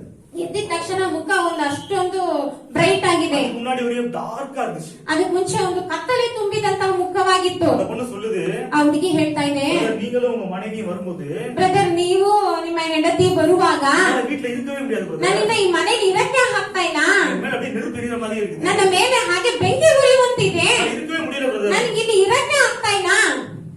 ஆவியானவரின் வல்லமை, ಪವಿತ್ರಾತ್ಮನ ಶಕ್ತಿಯು. ஹalleluya. ಹಲ್ಲೆಲೂಯಾ. மத்தவங்களுக்கு தெரியுதோ இல்லையோ பிசாசு நல்லா தெரியும் பாருங்க. ಬೇರೆಯವ್ರಿಗೆ ಗೊತ್ತೋ ಇಲ್ವೋ, ಸೈತಾನನಿಗೆ ಚೆನ್ನಾಗಿ ಗೊತ್ತು ನೋಡಿ. ஹalleluya. ஹalleluya. ஆதியாகமம் ಆದಿಕಾಂಡ 1ஆம் அதிகாரம் 1ನೇ ಅಧ್ಯಾಯ 2வது வசனம். 2ನೇ ವಾಕ್ಯ. ಭೂಮಿಯು ಕ್ರಮವಿಲ್ಲದೆಯೂ ಬರಿದಾಗಿಯೂ ಇತ್ತು, ಆದಿ ಸಾಗರದ ಮೇಲೆ ಕತ್ತಲಾಗಿತ್ತು, ದೇವರಾತ್ಮವು ಜಲಸಮೂಹಗಳ ಮೇಲೆ ಚಲಿಸುತ್ತಿತ್ತು. பூமியானது ஒழுங்கிமையும் வெறுமையுமாய் இருந்தது. வெறுமையுமாய் இருந்தது. ஆழத்தின் மேல் இருள் இருந்தது. இருள் இருந்தது.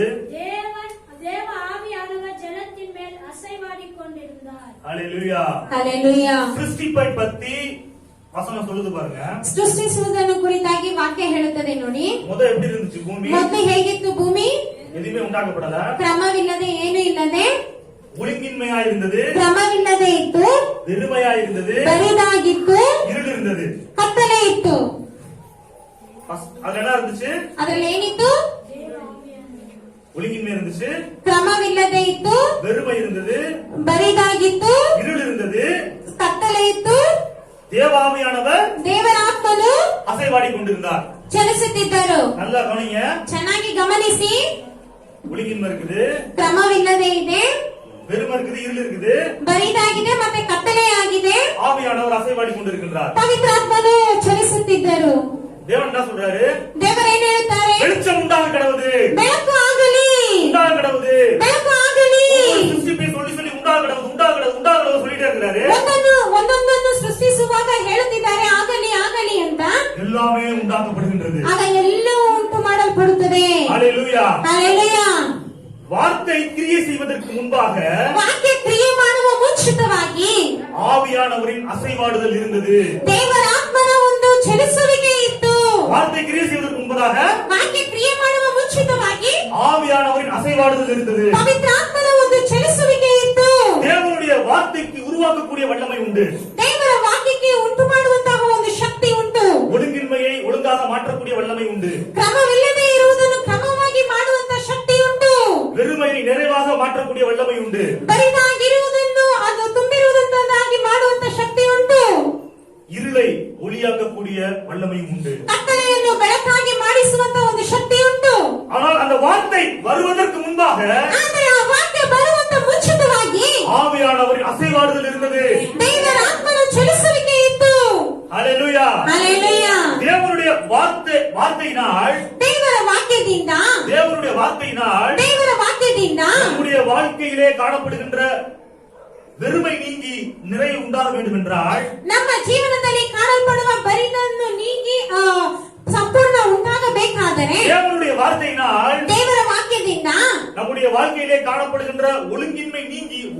உண்டாக வேண்டும் என்றால் ನಮ್ಮ ಜೀವನದಲ್ಲಿ ಕಾಣಲ್ಪಡುವ ಕ್ರಮವಿಲ್ಲದೆ ಇರುವುದನ್ನು ನೀಗಿಸಿ ಕ್ರಮವಾದದ್ದು ಉಂಟಾಗಬೇಕಾದರೆ, இருள் நீங்கி ஒளி உண்டாக வேண்டும் என்றால் ಕತ್ತಲೆಯು ನೀಗಿ ಬೆಳಕು ಉಂಟಾಗಬೇಕಾದರೆ, உங்களுடைய வாழ்க்கையில் ನಿಮ್ಮ ಜೀವನದಲ್ಲಿ ஆவியானவரின் அசைவாடுதல் காணப்பட வேண்டும் முதலில். ದೇವರ ಆತ್ಮನ ಚಲಿಸುವಿಕೆ ಕಾಣಲ್ಪಡಬೇಕು ಮೊದಲು. Hallelujah. Hallelujah. First spirit of God. First ದೇವರ ಆತ್ಮನು, இரண்டாவது word of God. ಎರಡನೇದು ದೇವರ ವಾಕ್ಯ. ஹalleluya. ಹಲ್ಲೆಲೂಯಾ.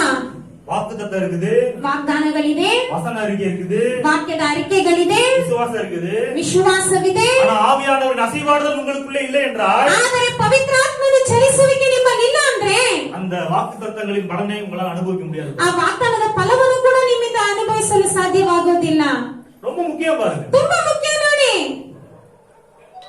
ஒரு ஃபாரஸ்ட்க்கு நீங்க ஃபேமிலியோட பிக்னிக் போறீங்க. ஒரு ஃபாரஸ்ட், ஒரு காட்டுக்கு ಒಂದು ಕಾಡಿಗೆ ನೀವು ಫ್ಯಾಮಿಲಿ ಕುಟುಂಬದವರೆಲ್ಲರೂ ಸೇರಿ ಹೋಗ್ತೀರಿ. சமையலுக்கு தேவையான பொருட்கள் எல்லாம் எடுத்துட்டு போயிட்டீங்க. ನಿಮ್ಗೆ ಅಡಿಗೆಗೆ ಬೇಕಾದ ವಸ್ತುಗಳನ್ನೆಲ್ಲ ನೀವು ತಗೊಂಡು ಹೋಗ್ತೀರಿ. பிரியாணி சமைக்க போறீங்க. ಬಿರಿಯಾನಿ ಅಡಿಗೆ ಮಾಡ್ತೀರಿ. பிரியாணி அரிசி இருக்குது, ಬಿರಿಯಾನಿ ಅಕ್ಕಿ ಇದೆ, மட்டன் இருக்குது, ಮಟನ್ ಇದೆ, இஞ்சி பூண்டு பேஸ்ட் இருக்குது, ಶುಂಠಿ ಬೆಳ್ಳುಳ್ಳಿ ಪೇಸ್ಟ್ ಇದೆ, எல்லா மசாலாவும் இருக்குது. ಎಲ್ಲ ಮಸಾಲೆ ಇದೆ, அடுப்பு இருக்குது, விறகு இருக்குது, ಇದು ಒಲೆ ಇದೆ, ಸೌದೆ ಇದೆ, எல்லாமே இருக்குது. ಎಲ್ಲವೂ ಇದೆ. ஆனா மேட்ச் பாக்ஸ் இல்ல, ಆದ್ರೆ ಮ್ಯಾಚ್ ಬಾಕ್ಸ್ ಇಲ್ಲ, பட்டி இல்ல. ಇದು ಬೆಂಕಿ ಪಟ್ನ ಇಲ್ಲ. என்ன பண்ண முடியும்? ಏನ್ ಮಾಡಕ್ ಸಾಧ್ಯ? பிரியாணி சமைக்க முடியாது பாருங்க. ಬಿರಿಯಾನಿ ಮಾಡಕ್ಕಾಗಲ್ಲ ನೋಡಿ. அப்ப பிரியாணி சட்டியை பார்த்துட்டே உட்கார்ந்திருக்காங்க. ಆಗ ಬಿರಿಯಾನಿ ಪಾತ್ರೆ ನೋಡ್ಕೊಂಡು ಹಾಗೆ ಕುತ್ಕೋಬೇಕು. அதே போலதான் ಅದೇ ರೀತಿಯಾಗಿ வாக்குத்தத்தம் இருக்குது, ವಾಗ್ದಾನವಿದೆ, வசன அறிக்கை இருக்குது, ವಾಕ್ಯದ ಅರಿಕೆ ಇದೆ, எல்லா வார்த்தைகள் மீது நம்பிக்கை இருக்குது. ಎಲ್ಲಾ ವಾಕ್ಯದ ಮೇಲೆ ನಂಬಿಕೆ ಇದೆ. நெருப்பு அபிஷேகம் ஆவியானவர் இல்லை என்றால் ಬೆಂಕಿ ಅಭಿಷೇಕ ಪವಿತ್ರಾತ್ಮನು ಇಲ್ಲ ಅಂದ್ರೆ அதனால் நமக்கு ஒரு பயனும் இல்லை. ಅದರಿಂದ ನಮಗೊಂದು ಉಪಯೋಗವೂ ಇಲ್ಲ. ஹalleluya. ஹalleluya. சீசர்களிடத்துல ಶಿಷ್ಯರ ಬಳಿಯಲ್ಲಿ இயேசுவின் உபதேசம் இருந்துச்சு பாருங்க. ಯೇಸುವಿನ ಉಪದೇಶ ಇತ್ತು ನೋಡಿ. ஆனா இயேசு ಆದ್ರೆ ಯೇಸು உடனே அவங்க பிரசங்கிக்க சொல்லவில்லை. அவர் முன்னேற்றம் அடைந்த பிறகு உடனே போய் பிரசங்கம் பண்ணுங்க அப்படி சொல்லல. ತಕ್ಷಣ ಹೋಗಿ ಪ್ರಸಂಗ ಮಾಡಕ್ ಹೇಳಿಲ್ಲ ನೋಡಿ. எருசலேம்ல காத்திருக்க சொன்னார். ಯೆರೂಸಲೇಮಿನಲ್ಲಿ ಕಾಯ್ದಿರೋದಕ್ಕೆ ಹೇಳಿದರು. வருகின்ற பலனை நீங்கள் பெற்றுக்கொள்ளும் வரைக்கும், ಉನ್ನತದಿಂದ ಬರುವಂತ ಫಲವನ್ನು ನೀವು ಹೊಂದಿಕೊಳ್ಳುವ ತನಕ, பரிசுத்த ஆவியை பெற்ற பிறகு நீ பிரசங்கம் பண்ணுங்க சொன்னார். ಪರಿಶುದ್ಧಾತ್ಮವನ್ನು ಹೊಂದಿದ ಮೇಲೆ ನೀನು ಪ್ರಸಂಗ ಮಾಡು ಅಂತ ಹೇಳಿದರು. ஆவியானவர் பொழியப்படுகின்றார். ಪವಿತ್ರಾತ್ಮನು ಸುರಿಸಲ್ಪಡುತ್ತಾರೆ. பேதுரு பிரசங்கம் பண்றாரு. ಪೇತ್ರನು ಪ್ರಸಂಗ ಮಾಡುತ್ತಾರೆ. முதல் பிரசங்கத்திலேயே 3000 பேர் ரட்சிக்கப்படுறாங்க. ಮೊದಲನೇ ಒಂದು ಪ್ರಸಂಗದಲ್ಲಿ 3000 ಜನರು ರಕ್ಷಣೆ ಹೊಂದುತ್ತಾರೆ. அதுக்கு முன்பாக அவருக்கு இயேசுவின் உபதேசம் நல்லா தெரியும் பாருங்க. ஆனா ஒரு ஆண்டவர் பிரசங்கிக்க சொல்லல. ஏன்னா ஆவியானவர் வந்த பிறகு பிரசங்கம் பண்ண சொன்னார். ಅದಕ್ಕೆ ಮುಂಚಿತವಾಗಿ ಅವರಿಗೆ ಯೇಸುವಿನ ಉಪದೇಶ ಗೊತ್ತು ನೋಡಿ. ಆದ್ರೆ ದೇವರು ಪ್ರಸಂಗ ಮಾಡಕ್ ಹೇಳಿಲ್ಲ. ಯಾಕಂದ್ರೆ ಪವಿತ್ರಾತ್ಮನು ಬಂದ ಮೇಲೆ ಪ್ರಸಂಗ ಮಾಡಕ್ ಹೇಳಿದರು. ஆவியானவர் அபிஷேகம் ரொம்ப ரொம்ப முக்கியம் கிறிஸ்தவ. ಪವಿತ್ರಾತ್ಮನ ಅಭಿಷೇಕವು ಬಹಳ ಮುಖ್ಯ ನೋಡಿ. வாசிப்போம் லூக்கா ಲೂಕ 1 அதிகாரம் 1ನೇ ಅಧ್ಯಾಯ 35வது வசனம். 35ನೇ ವಾಕ್ಯ. லூக்கா 1:35. ಲೂಕ ಬರೆದ ಸುವಾರ್ತೆ 1ನೇ ಅಧ್ಯಾಯ 35ನೇ ವಾಕ್ಯ. ನಿನ್ನ ಮೇಲೆ ಪವಿತ್ರಾತ್ಮವು ಬರುವುದು, ಪರಾತ್ಮನ ಶಕ್ತಿಯು ನೆರಳು ನಿನ್ನ ಮೇಲೆ ಬೀಳುವುದು. ಆದ್ದರಿಂದ ಹುಟ್ಟುವ ಆ ಪವಿತ್ರ ಶಿಶು ದೇವರ ಮಗ ನೆನೆಸಿಕೊಳ್ಳುವುದು. தமிழ்ல வாசிங்க. தேவதூதன் அவளுக்கு பிரதித்திரமாக, பரிசுத்த ஆவி உன்மேல் வரும், உன்னதமானவருடைய பலன் உன்மேல் நிலவிடும். ஆதலால் உன்னிடத்தில் பிறக்கும் பரிசுத்தமுள்ள தேவகுமாரன் எனப்படும். ஹalleluya. ಹಲ್ಲೆಲೂಯಾ. தேவதூதன் மரியாளிடத்திலே இந்த செய்தியை சொல்கிறார். ದೇವದೂತನು ಮರಿಯಾಳ ಬಳಿ ಈ ಒಂದು ಸಂದೇಶವನ್ನು ಹೇಳ್ತಾರೆ ನೋಡಿ. பரிசுத்த ஆவி ಪವಿತ್ರಾತ್ಮನು உன்மேல் வரும், ನಿನ್ನ ಮೇಲೆ ಪವಿತ್ರಾತ್ಮ ಬರುವುದು, உன்னதமானவருடைய ಆತ್ಮನ பலம் ಶಕ್ತಿಯ உன்மேல் ನೆರಳು நிழலிடும். ನಿನ್ನ ಮೇಲೆ ಬೀಳುವುದು. ஹalleluya. ಹಲ್ಲೆಲೂಯಾ. இயேசுவோட பிறப்பை பத்தி நம்ம இங்க பார்க்கிறோம். ಯೇಸುವಿನ ಹುಟ್ಟುವಿಕೆಯನ್ನು ಕುರಿತಾಗಿ ನಾವಿಲ್ಲಿ ನೋಡುತ್ತೇವೆ. கண்ணி கர்ப்பம் தரிக்கிற ஒரு இயற்கைக்கு அப்பாற்பட்ட நிகழ்வை நாம் இங்க பார்க்கிறோம். ಅವಳು ಗರ್ಭ ಧರಿಸುವಂತಹ ಒಂದು ಕಾರ್ಯವನ್ನು ಇಲ್ಲಿ ನಾವು ನೋಡುತ್ತೇವೆ ನೋಡಿ. ஒரு ஆணின் வித்து இல்லாமல், ಒಂದು ಗಂಡನ್ನುವ ಅವನ ಒಂದು ಬೀಜವಿಲ್ಲದೆ ஒரு பெண்ணால் ಒಂದು ಹೆಣ್ಣು கர்ப்பம் தரிக்க முடியாது பாருங்க. ಗರ್ಭ ಧರಿಸಲು ಸಾಧ್ಯ ಇಲ್ಲ இது ನೋಡಿ. இயற்கைக்கு அப்பாற்பட்ட ஒரு காரியம். ಇದು ಪ್ರಕೃತಿಗೆ ಮೇಲ್ಪಟ್ಟ ಒಂದು ಕಾರ್ಯ. இது மனித சக்திக்கு அப்பாற்பட்ட ஒரு காரியம். ಇದು ಮನುಷ್ಯ ಶಕ್ತಿಗೆ ಮೇಲ್ಪಟ್ಟಂತ ಒಂದು ಕಾರ್ಯ. இது இயற்கை சக்திகளுக்கு அப்பாற்பட்ட ஒரு காரியம். ಇದು ಪ್ರಕೃತಿಗೆ ಮೇಲ್ಪಟ್ಟಂತಹ ಒಂದು ಕಾರ್ಯ. ஆனா தேவதூதன் சொல்றாரு, ಆದ್ರೆ ದೇವದೂತನ್ ಹೇಳ್ತಾರೆ, பரிசுத்த ஆவி உன்னிடத்தில் வரும், ನಿನ್ನ ಮೇಲೆ ಪವಿತ್ರಾತ್ಮನು ಬರುವುದು, உன்னதமானவருடைய பலம் உன்மேல் நிழலிடும், ಪರಾತ್ಮನ ಶಕ್ತಿಯ ನೆರಳು ನಿನ್ನ ಮೇಲೆ ಬೀಳುವುದು, கர்ப்பம் தரிக்கும், ಗರ್ಭ ಧರಿಸುತ್ತದೆ, கர்ப்பம் தரிக்கும். ಗರ್ಭ ಧರಿಸುತ್ತದೆ. மனித சக்தியால் முடியாதது, ಮನುಷ್ಯ ಶಕ್ತಿಯಿಂದ ಆಗದೇ ಇರುವುದು, இயற்கை சக்தியால் முடியாதது, ಪ್ರಕೃತಿ ಶಕ್ತಿಯಿಂದ ಆಗದೇ ಇರುವುದು, ஆவியானவர் வந்தால் உங்களுடைய வாழ்க்கையில நடக்கும். ಆ ಪವಿತ್ರಾತ್ಮನು ಬಂದರೆ ನಿಮ್ಮ ಜೀವನದಲ್ಲಿ ನಡೆಯುತ್ತದೆ. ஹalleluya. ಹಲ್ಲೆಲೂಯಾ. சூப்பர் நேச்சுரல் ஆக்டிவிட்டி உங்க லைஃப்ல இருக்கும் பாருங்க. ಒಂದು ಸೂಪರ್ ನ್ಯಾಚುರಲ್ ಆದ ಒಂದು ಚಟುವಟಿಕೆಗಳು ನಿಮ್ಮ ಜೀವನದಲ್ಲಿ ಇರುತ್ತದೆ ನೋಡಿ. பரிசுத்த ஆவி உங்களிடத்தில் வரும் பொழுது, ಪರಿಶುದ್ಧಾತ್ಮನು ನಿಮ್ಮ ಬಳಿ ಬರುವಾಗ, அது பரிசுத்த ஆவி பெறாதவர்களுக்கு நான் சொல்றேன். ಪರಿಶುದ್ಧಾತ್ಮವನ್ನು ಇನ್ನೂ ಹೊಂದದೇ ಇರುವವರಿಗೆ ನಾವು ಹೇಳ್ತಾ ಇದ್ದೇವೆ. பரிசுத்த ஆவியை பெற்றவர்களுக்கு நான் சொல்லிட்டு இருக்கிறேன். ಪರಿಶುದ್ಧಾತ್ಮವನ್ನು ಹೊಂದಿದವರಿಗೂ ನಾನು ಹೇಳ್ತಾ ಇದ್ದೇನೆ. பரிசுத்த ஆவியானவர் நீங்க நிறையும் பொழுது, ಪರಿಶುದ್ಧಾತ್ಮದಿಂದ ನೀವು ತುಂಬುವಾಗ இயற்கைக்கு அப்பாற்பட்ட காரியங்கள், ಪ್ರಕೃತಿಗೆ ಮೇಲ್ಪಟ್ಟಂತ ಕಾರ್ಯಗಳು, மனித சக்தியால் முடியாதது, ಮನುಷ್ಯ ಶಕ್ತಿಯಿಂದ ಸಾಧ್ಯವಾಗದೇ ಇರುವುದು, இயற்கை சக்தியால் முடியாதது, ಪ್ರಕೃತಿಯಿಂದ ಸಾಧ್ಯವಾಗದೇ ಇರುವುದು, செய்யவே முடியாது, கூடவே கூடாது என்கிற காரியங்கள் எல்லாம் உங்களுடைய வாழ்க்கையை நடக்க ஆரம்பிக்கும். ಸಾಧ್ಯವೇ ಆಗೋದಿಲ್ಲ ಅನ್ನುವಂತ ಕಾರ್ಯಗಳೆಲ್ಲ ನಿಮ್ಮ ಜೀವನದಲ್ಲಿ ನಡೆಯಲು ಆರಂಭಿಸುತ್ತದೆ. எப்படி நடக்கும் brother? ಹೇಗೆ ನಡೆಯುತ್ತದೆ? பலத்தினாலும் அல்ல, ಬಲದಿಂದಲೂ ಅಲ್ಲ, பராக்கிரமத்தினாலும் அல்ல, ಪರಾಕ್ರಮದಿಂದಲೂ ಅಲ್ಲ, என்னுடைய ஆவியினாலே ஆகும் என்று ನನ್ನ ಆತ್ಮದಿಂದಲೇ ಆಗುತ್ತದೆ ಅಂತ ಹೇಳಿ ಸೇನೆಗಳ ಕರ್ತನೆ ಹೇಳುತ್ತಾರೆ. ஹalleluya. ಹಲ್ಲೆಲೂಯಾ. மனிதனால் கூடாதது ಮನುಷ್ಯನಿಂದ ಆಗದೇ ಇರುವುದು தேவனால் கூடும், ದೇವರಿಂದ ಆಗುತ್ತದೆ. தேவனால் எல்லாம் கூடும். ದೇವರಿಂದ ಎಲ್ಲ ಆಗುತ್ತದೆ. பலத்தினால் கூடாதது, ಬಲದಿಂದ ಆಗದೇ ಇರುವುದು, பராக்கிரமத்தினால் கூடாதது, ಪರಾಕ್ರಮದಿಂದ ಆಗದೇ ಇರುವುದು கர்த்தருடைய ஆவியினால் ஆகும் என்று சேனைகளின் கர்த்தர் சொல்லுகிறார். ದೇವರ ಆತ್ಮದಿಂದ ಆಗುತ್ತದೆ ಅಂತ ಹೇಳಿ ಸೇನಾಧೀಶ್ವರನಾದ ಯೆಹೋವನು ಹೇಗೆ ಹೇಳುತ್ತಾರೆ. ஆமென். ಆಮೆನ್. ஹalleluya. ஹalleluya. கரங்களை தட்டி கர்த்தரை ஸ்தோத்திரிப்போம். ಕರಗಳನ್ನು ತಟ್ಟಿ ನಾವು ಕರ್ತನಿಗೆ ಸ್ತೋತ್ರ ಮಾಡೋಣ. ಆಮೆನ್. ಆಮೆನ್. ಹಲ್ಲೆಲೂಯಾ. ಹಲ್ಲೆಲೂಯಾ. வாசிப்போம் நியாயாதிபதிகள் ನ್ಯಾಯಸ್ಥಾಪಕರು 15ஆம் அதிகாரம் 15ನೇ ಅಧ್ಯಾಯ 14வது வசனம். 14ನೇ ವಾಕ್ಯ.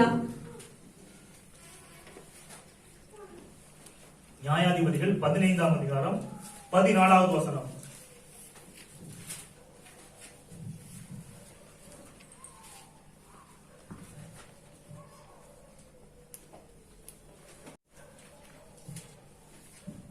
அவன் லேகி வரைக்கும் வந்து சேர்ந்தபோது பெலிஸ்தியர் அவனுக்கு விரோதமாய் ஆரவாரம் பண்ணினார்கள். அப்பொழுது கர்த்தருடைய ஆவி அவன் மேல் பலமாய் இறங்கினதினால் அவன் புயங்களில் கட்டியிருந்த கயிறுகள் நெருப்புப்பட்ட நூல் போலாகி அவன் கட்டுகள் அவன் கைகளை விட்டு அருந்து போயிற்று. ஹalleluya. ಹಲ್ಲೆಲೂಯಾ. ಸಿಂಸೋನನನ್ನು கட்டியிருக்காங்க பாருங்க. ಕಟ್ಟಿದ್ದಾರೆ ನೋಡಿ. கட்டிட்டு ಕಟ್ಬಿಟ್ಟು பெலிஸ்தியர்கிட்ட கூட்டிட்டு போறாங்க. ಫಿಲಿಸ್ಟಿಯರ ಬಳಿ ಕರ್ಕೊಂಡು ಹೋಗ್ತಾರೆ. கயிறை வச்சு கட்டியிருக்காங்க. ಹಗ್ಗವನ್ನಿಟ್ಟು ಕಟ್ಟಿದ್ದಾರೆ. அதோட முந்தைய வசனத்தை வாசித்து பாருங்க. ಅದರ ಮುಂದೆ ವಾಕ್ಯವನ್ನು ಹೋಗಿ ನೋಡಿ. புதிய கயிறினால் கட்டினார்கள். ಹೊಸದಾದ ಒಂದು ಹಗ್ಗದಿಂದ ಕಟ್ಟಿದರು. புதிய கயிறுகளினால் சிம்சோனை கட்டியிருக்காங்க பாருங்க. ಹೊಸದಾದ ಹಗ್ಗಗಳಿಂದ ಕಟ್ಟಿದರು ನೋಡಿ ಸಿಂಸೋನನನ್ನು. பெலிஸ்தியர்கிட்ட கொண்டு போய் விடுறாங்க. ಫಿಲಿಸ್ಟಿಯರ ಬಳಿ ತಂದು ಬಿಡುತ್ತಾರೆ. பெலிஸ்தியர்கள் ஒரே சந்தோஷம். ಫಿಲಿಸ್ಟಿಯರಿಗೆಲ್ಲ ಒಂದೇ ಸಂತೋಷ. சிம்சோனை கொல்றதுக்காண்டி இருக்கிறாங்க பாருங்க. ಸಿಂಸೋನನ್ನು ಕೊಲ್ಲುವಂತೆ ಇದ್ದಾರೆ ನೋಡಿ. அப்ப வேதம் சொல்லுது, ಆಗ ಸತ್ಯವೇದ ಹೇಳುತ್ತದೆ, கர்த்தருடைய ஆவி ಕರ್ತನ ಆತ್ಮವು அவன் மேல் ಅವನ ಮೇಲೆ பலமாய் இறங்குகிறதினால் ಬಲವಾಗಿ ಇಳಿದಿದ್ದರಿಂದ கயிறுகள் அவனை கட்டியிருந்த கயிறுகள் எல்லாம் ಅವನನ್ನು ಕಟ್ಟಿದ್ದ ಹಗ್ಗಗಳೆಲ್ಲ நெருப்புப்பட்ட நூல் போலாகிவிட்டது, ಸುಟ್ಟು ಅದು ಭಸ್ಮವಾಗಿದ್ದು அருந்து போய்விட்டது. ಅದು ಕಿತ್ತು ಹೋಯಿತು. ஹalleluya. ಹಲ್ಲೆಲೂಯಾ. ஆவியானவர் வந்தவுடனே ಪವಿತ್ರಾತ್ಮನು ಬಂದಿದ್ದ ತಕ್ಷಣವೇ கயிறுகள் எல்லாம் ಹಗ್ಗಗಳೆಲ್ಲ நூல்களாக மாறிவிட்டது. ದಾರಗಳಾಗಿ ಬಿಟ್ಟಿದ್ದು. ஹalleluya. ಹಲ್ಲೆಲೂಯಾ. ஆவியானவர் இறங்கிய உடனே ಪವಿತ್ರಾತ್ಮನು ಇಳಿದ ತಕ್ಷಣವೇ கட்டியிருந்த கயிறுகள் ಕಟ್ಟಿದ್ದಂತ ಹಗ್ಗಗಳು நெருப்புப்பட்ட நூல் போலாக அந்து விழுந்தது. ಅದು ಸುಟ್ಟು ಹಾಗೆ ಬಿಟ್ಟಿದ್ದು. ஹalleluya. ಹಲ್ಲೆಲೂಯಾ. நான் உங்களுக்கு சொல்கின்றேன், ನಾನು ನಿಮಗೆ ಹೇಳುತ್ತೇನೆ, நீங்கள் அபிஷேகத்தில் நிறையும் பொழுது ನೀವು ಅಭಿಷೇಕದಿಂದ ನೀವು ತುಂಬುವಾಗ உங்களை கட்டியிருக்கின்ற கயிறுகள் எல்லாம் ನಿಮ್ಮನ್ನು ಕಟ್ಟಿದ್ದಿರುವ ಹಗ್ಗಗಳೆಲ್ಲ நெருப்புப்பட்ட நூல் போல அருந்து விழுந்துவிடும். ಅದು ಸುಟ್ಟು ಒಂದು ದಾರಗಳಂತೆ ಬಿದ್ದು ಬಿಡುತ್ತದೆ. அது மரணத்தின் கட்டாக இருந்தாலும் ಅದು சரி, ಮರಣದ ಕಟ್ಟಾಗಿದ್ದರೂ ಸರಿ, வியாதி என்கிற கட்டாக ಅದು இருந்தாலும் ರೋಗ ಅನ್ನುವ ಕಟ್ಟಾಗಿದ್ದರೂ ಸರಿ, விசுவாசின் கட்டுகளாக ಅದು இருந்தாலும் ಸೈತಾನನ ಕಟ್ಟುಗಳಾಗಿದ್ರೂ ಸರಿ, ஆவியானவருடைய அபிஷேகத்தில் நீங்கள் நிறையும் பொழுது ಪವಿತ್ರಾತ್ಮನ ಅಭಿಷೇಕದಿಂದ ನೀವು ತುಂಬುವಾಗ அந்த கயிறுகள் எல்லாம் நெருப்புப்பட்ட நூல் போல அருந்து விழுந்து விடும். ಆ ಹಗ್ಗಗಳೆಲ್ಲ ಹಾಗೆ ಸುಟ್ಟು ಬಿದ್ದು ಬಿಡುತ್ತವೆ. ஹல்லேலூயா. ಹಲ್ಲೆಲೂಯಾ.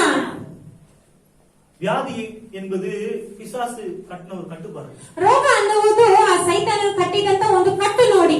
இயேசு சொல்றாரு பாருங்க, ಯೇಸು ಹೇಳ್ತಾರೆ ನೋಡಿ, லூக்கா 13ஆம் அதிகாரம் 16ஆம் வசனத்துல ಲೂಕ 13ನೇ ಅಧ್ಯಾಯ 16ನೇ ವಾಕ್ಯದಲ್ಲಿ ஒரு கூன் விழுந்த ஒரு ஒரு ஒரு பெண்ணை வந்து இயேசு குணமாக்குறாரு. ಬೆನ್ನು ಗೂನಿದಂತಹ ಒಂದು ಸ್ತ್ರೀಯನ್ನು ಯೇಸು ಸುಖಪಡಿಸುತ್ತಾರೆ.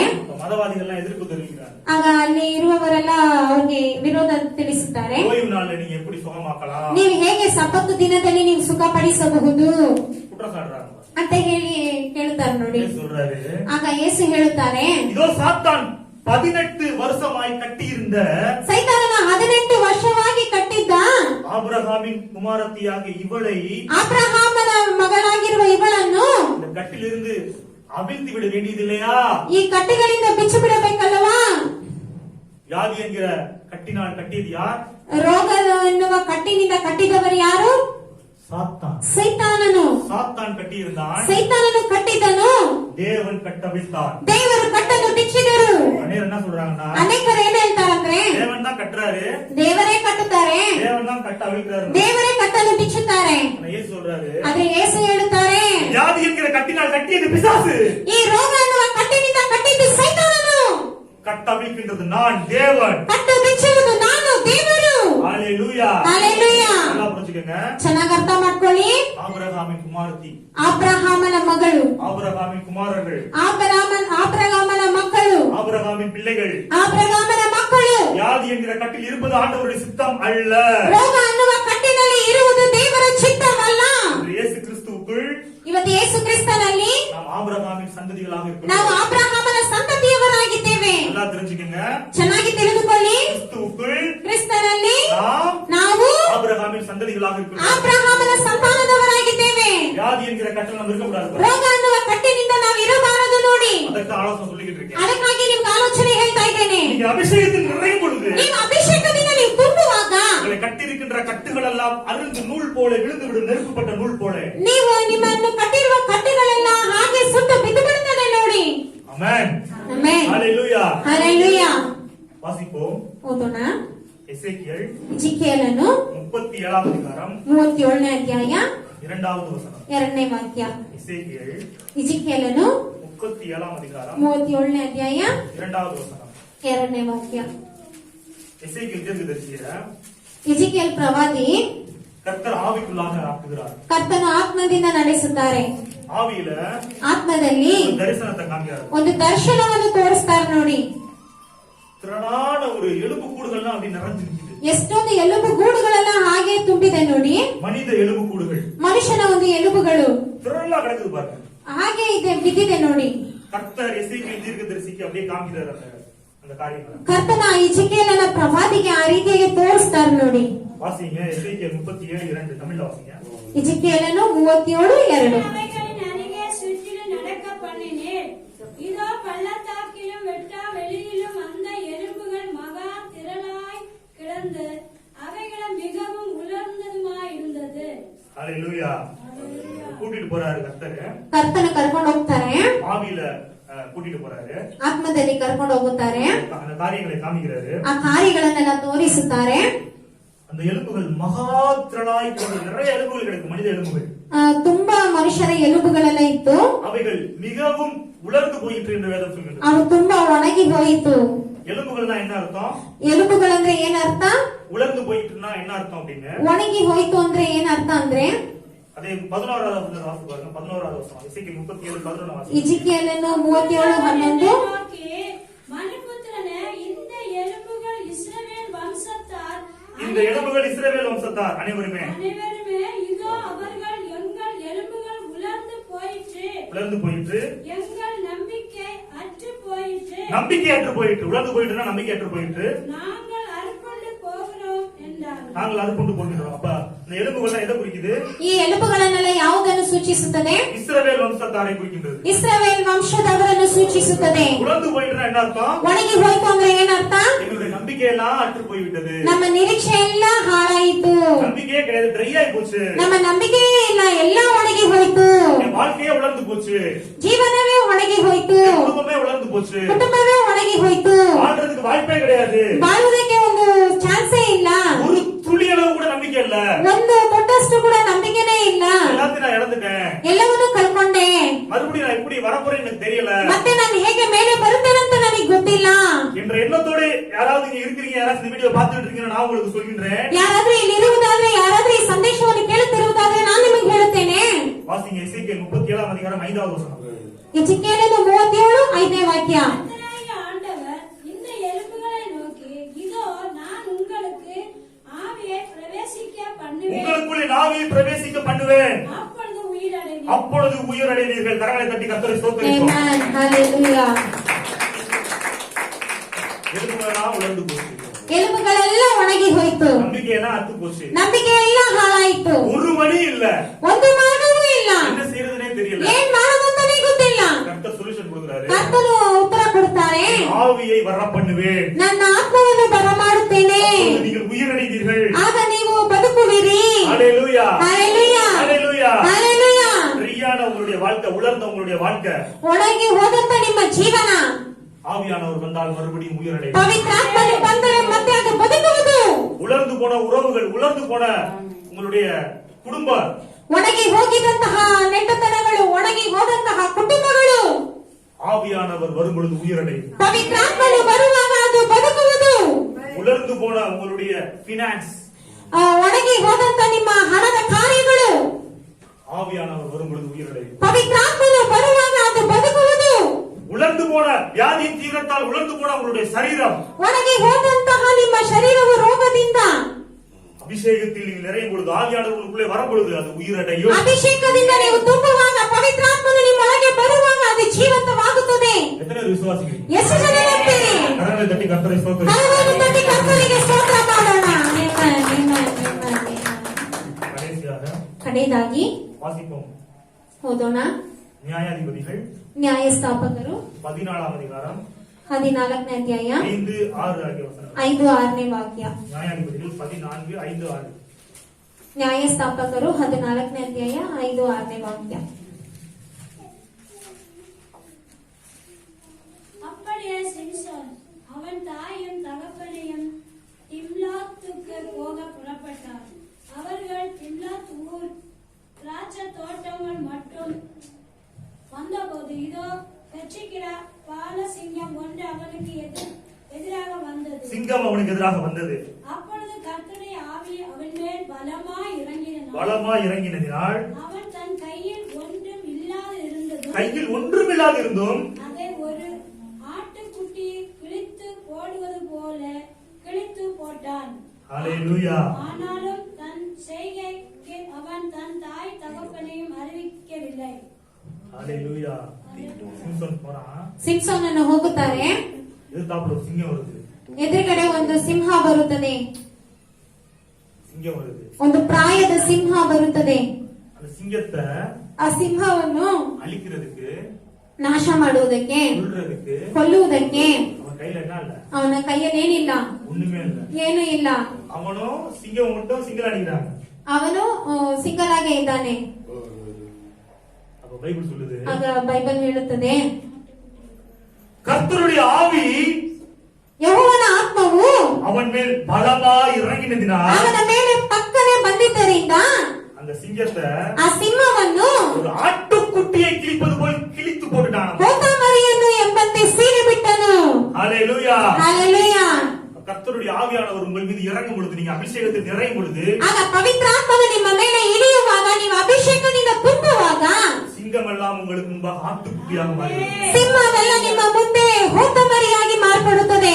ஹalleluya. ಹalleluya. ஹalleluya. ಹalleluya. உங்களுடைய பண பிரச்சனை உங்களுக்கு முன்பாக சிங்கம் போல் இருக்கின்றதா? ನಿಮ್ಮ ಹಣದ ಸಮಸ್ಯೆ ನಿಮ್ಮ ಮುಂದೆ ಸಿಂಹದ ರೀತಿಯಾಗಿದ್ಯಾ? உங்களுடைய கடன் பிரச்சனை உங்களுக்கு முன்பாக ಗರ್ಜಿಸಿದ ಸಿಂಹ போல இருக்கின்றதா? ನಿಮ್ಮ ಸಾಲದ ಸಮಸ್ಯೆ ನಿಮ್ಮ ಮುಂದೆ ಗರ್ಜಿಸುವ ಸಿಂಹದ ರೀತಿಯಾಗಿದ್ಯಾ? வியாதி உங்களுக்கு முன்பாக கர்ஜிக்கிற சிங்கம் போல உங்களை வேட்டையாடுவதற்கு நிக்கிறதா? ರೋಗ ನಿಮ್ಮ ಮುಂದೆ ಗರ್ಜಿಸುವ ಸಿಂಹದ ರೀತಿಯಾಗಿ ಬೇಟೆ ಮಾಡುವುದಕ್ಕಾಗಿದ್ಯಾ? இத ஃபேஸ் பண்றது கையில எதுவுமே இல்ல பிரதர். ಇದನ್ನ ನಾನು ಫೇಸ್ ಮಾಡುವುದಕ್ಕೆ ಕೈಯಲ್ಲಿ ನನ್ನಲ್ಲಿ ಏನೂ ಇಲ್ಲ. பணம் இல்ல பிரதர். ಹಣ ಇಲ್ಲ. பலம் இல்ல பிரதர். ಬಲ ಇಲ್ಲ. செல்வாக்கு இல்ல பிரதர். ನನಗೆ ಅಷ್ಟು ಶ್ರೀಮಂತಿಕೆ ಇಲ್ಲ. இந்த வியாதியை சரி பண்றதுக்கு ட்ரீட்மெண்ட் பார்க்கிறது கூட என்கிட்ட பணம் இல்ல பிரதர். ರೋಗವನ್ನು ಸರಿ ಮಾಡೋದಕ್ಕೆ ಟ್ರೀಟ್ಮೆಂಟ್ ನೋಡೋದು ಕೂಡ ಹಣ ಇಲ್ಲ. ஆனா அது எனக்கு முன்னாடி சிங்கம் போல நிக்குது. ಆದ್ರೆ ಅದು ನನ್ನ ಮುಂದೆ ಸಿಂಹದ ರೀತಿಯಾಗಿ ನಿಂತಿದೆ.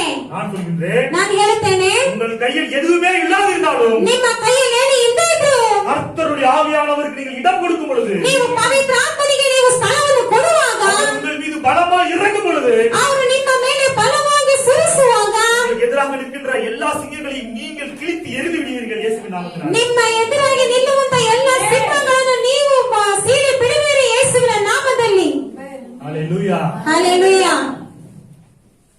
பைபிள்ல சொல்லிருக்கு, ಬೈಬಲಲ್ಲಿ ಹೇಳಿದೆ, சாத்தானானவன் ಸೈತಾನನು கர்ஜிக்கிற சிங்கம் போல ಗರ್ಜಿಸುವ ಸಿಂಹದಂತೆ எவனை விழுங்கலாம் என்று ಯಾರನ್ನು ನುಂಗೋಣ ಅಂತ ಹೇಳಿ வகை தேடி திரிகின்றான். ಸಂಚರಿಸಿ ನೋಡುತ್ತಿದ್ದಾನೆ. பிசாசோட வேலையா தான். ಸೈತಾನನ ಕೆಲಸವೇ ಅದುವೇ. நான் நீங்கள் ஆவியில் நிறைந்திருக்கும் பொழுது, ಆದರೆ ನೀವು ಆತ್ಮದಿಂದ ತುಂಬಿರುವಾಗ, கர்த்தருடைய ஆவியிலே நீங்கள் பலமாக இருக்கும் பொழுது, ಕರ್ತನ ಆತ್ಮದಲ್ಲಿ ನೀವು ಬಲಗೊಂಡಿರುವಾಗ, அந்த சிங்கம் அந்த பிசாசு உங்களுக்கு முன்னாடி ஆட்டுக்குட்டி மாதிரி ಆ ಸಿಂಹ ಒಂದು ಸೈತಾನನು ನಿಮ್ಮ ಮುಂದೆ ಕುರಿಮರಿಯ ರೀತಿಯಾಗಿ உங்களை பார்த்து பயப்படுவாங்க. ಅವ್ನು ನಿಮ್ಮನ್ನು ನೋಡಿ ಭಯಪಡುತ್ತಾನೆ. ನೋಡಿ, அந்த மயானத்தை ஆண்ட பெரிய பிசாசு அப்படின்னு சொல்லிச்சு ஒரு பிசாசு. ಆ ಮಶಾನವನ್ನೇ ಆಳ್ವಿಕೆ ಮಾಡಿದಂತ ದೊಡ್ಡ ಸೈತಾನನು ಅಂತ ಹೇಳಿತು ಒಂದು ಸೈತಾನನು. ஆவியில் நிறைந்த பொழுது அது நடுங்கி கூனி குறுகி சுருண்டு விழுது பாருங்க. ಪವಿತ್ರ ಆತ್ಮನಿಂದ ತುಂಬುವಾಗ ಅದು ಹಾಗೆ ಬಿದ್ದೋಯ್ತು ನೋಡಿ. ஹalleluya. ಹಲ್ಲೆಲೂಯಾ. கர்ஜிக்கிற சிங்கங்கள் ಗರ್ಜಿಸುವ ಸಿಂಹಗಳು ஆவியில் நிறைந்த உங்களுக்கு முன்பாக ಆತ್ಮದಲ್ಲಿ ತುಂಬಿದ ನಿಮ್ಮ ಮುಂದೆ ஆட்டுக்குட்டியாக மாறிவிடும். ಕುರಿಮರಿಯಾಗಿ ಮಾರ್ಪಡುತ್ತದೆ. ஹalleluya. ஹalleluya. ஹalleluya. ಹಲ್ಲೆಲೂಯಾ. பெரிய பர்வதமே, ದೊಡ್ಡ ಪರಲೋಕವೇ, நீ எம்மாத்திரம் ನೀನು ಯಾವ ಮಾತ್ರ சிறுபாவேலுக்கு முன்பாக ಜೆರುಬಾಬೆಲಿಗೆ ಮುಂಚಿತವಾಗಿ நீ சம பூமியாவா. ನೀನು ಸಮಭೂಮಿಯಾಗುವಿ. ஹalleluya. ஹalleluya. கர்த்தருடைய ஆவியை பெற்ற மனிதனுக்கு முன்பாக ಕರ್ತನ ಆತ್ಮವನ್ನು ಹೊಂದಿದ ಮನುಷ್ಯನ ಮುಂದೆ பர்வதங்கள் எல்லாம் சமபூமியாகும். ಪರ್ವತಗಳೆಲ್ಲ ಸಮಭೂಮಿಯಾಗುತ್ತದೆ. பெரிய பர்வதமாக இருக்குது பிரதர். ದೊಡ್ಡ ಪರ್ವತವಾಗಿದೆ ಬ್ರದರ್. ஆவியில் நீங்கள் நிறைந்த பொழுது ನೀವು ಆತ್ಮದಿಂದ ನೀವು ತುಂಬುವಾಗ அந்த பர்வதம் சமபூமியாக ಆ மாறும். ಪರ್ವತವು ಸಮಭೂಮಿಯಾಗ್ಬಿಡುತ್ತದೆ. ஹalleluya. ஹalleluya. ஹalleluya. ஹalleluya. கர்த்தருடைய ஆவியில் நீங்கள் நிறையும் பொழுது ಕರ್ತನ ಆತ್ಮದಿಂದ ನೀವು ತುಂಬುವಾಗ பர்வதங்கள் சமபூமியாகும். ಪರ್ವತಗಳು ಸಮಭೂಮಿಯಾಗುತ್ತದೆ. கோடானவைகள் செவ்வையாக்கப்படும். ಅಡ್ಡಪಟ್ಟ ದಾರಿಗಳೆಲ್ಲ ಸರಿಯಾಗುತ್ತದೆ. வனாந்தரம் வயல்வெளியாகும். ಅರಣ್ಯವು ಸಮೃದ್ಧಿಯಾಗುತ್ತದೆ. அவாந்தரம் ஆறுகளாக மாறும். ಅವಾಂತರವಾಗಿರುವುದು ಅದು ಆರುಗಳಾಗುತ್ತದೆ. பெருமை நிறைவாக மாறும். ಬರಿದಾಗಿರುವುದು ಸಂಪೂರ್ಣವಾಗುತ್ತದೆ. ஒழுங்கின்மை ஒழுங்காக மாறும். ಕ್ರಮವಿಲ್ಲದೆ ಇರುವುದು ಕ್ರಮವಾಗುತ್ತದೆ. இருள் வெளிச்சமாக மாறும். ಕತ್ತಲೆಯು ಬೆಳಕಾಗುತ್ತದೆ. அப்ப ஆவியானவருக்கு நீங்க அதிக முக்கியத்துவம் ಆಗ ಪವಿತ್ರಾತ್ಮನಿಗೆ ನೀವು ಅಧಿಕವಾಗಿ ಮುಖ್ಯತ್ವ ಕೊಡಬೇಕು. ನೋಡಿ, ஆவியானவரை பெற்றுக்கொள்ள வேண்டும் என்று ಪವಿತ್ರಾತ್ಮನನ್ನು ಹೊಂದಿಕೊಳ್ಳಬೇಕೆಂದು விரும்புங்கள். ಇಷ್ಟಪಡಿರಿ. அபிஷேகத்தை பெற்றவர்கள் ಅಭಿಷೇಕವನ್ನು ಹೊಂದಿದವರು அந்நிய பாஷையில் அதிக நேரம் ஜெபம் பண்ணுங்க. ಅನ್ಯ ಭಾಷೆಗಳಲ್ಲಿ ಅಧಿಕ ಸಮಯ ನೀವು ಮಾತನಾಡಿರಿ, ಪ್ರಾರ್ಥಿಸಿರಿ. ஆவியானவரோடு அதிக நேரத்தை செலவிடுங்கள். ಪವಿತ್ರಾತ್ಮನೊಂದಿಗೆ ಅಧಿಕ ಸಮಯವನ್ನು ನೀವು ಖರ್ಚು ಮಾಡಿ. இந்த ஆசீர்வாதங்கள் எல்லாம் உங்கள் மீது வந்து ಈ ಆಶೀರ್ವಾದಗಳೆಲ್ಲ ನಿಮ್ಮ ಮೇಲೆ ಬಂದು ಫಲಿಸುತ್ತದೆ. ஆமென். ಆಮೆನ್. ஹalleluya. ಹಲ್ಲೆಲೂಯಾ. அவர் எழுந்து நிற்போம். ಎಲ್ಲರೂ ಎದ್ದು ನಿಂತ್ಕೊಳ್ಳೋಣ.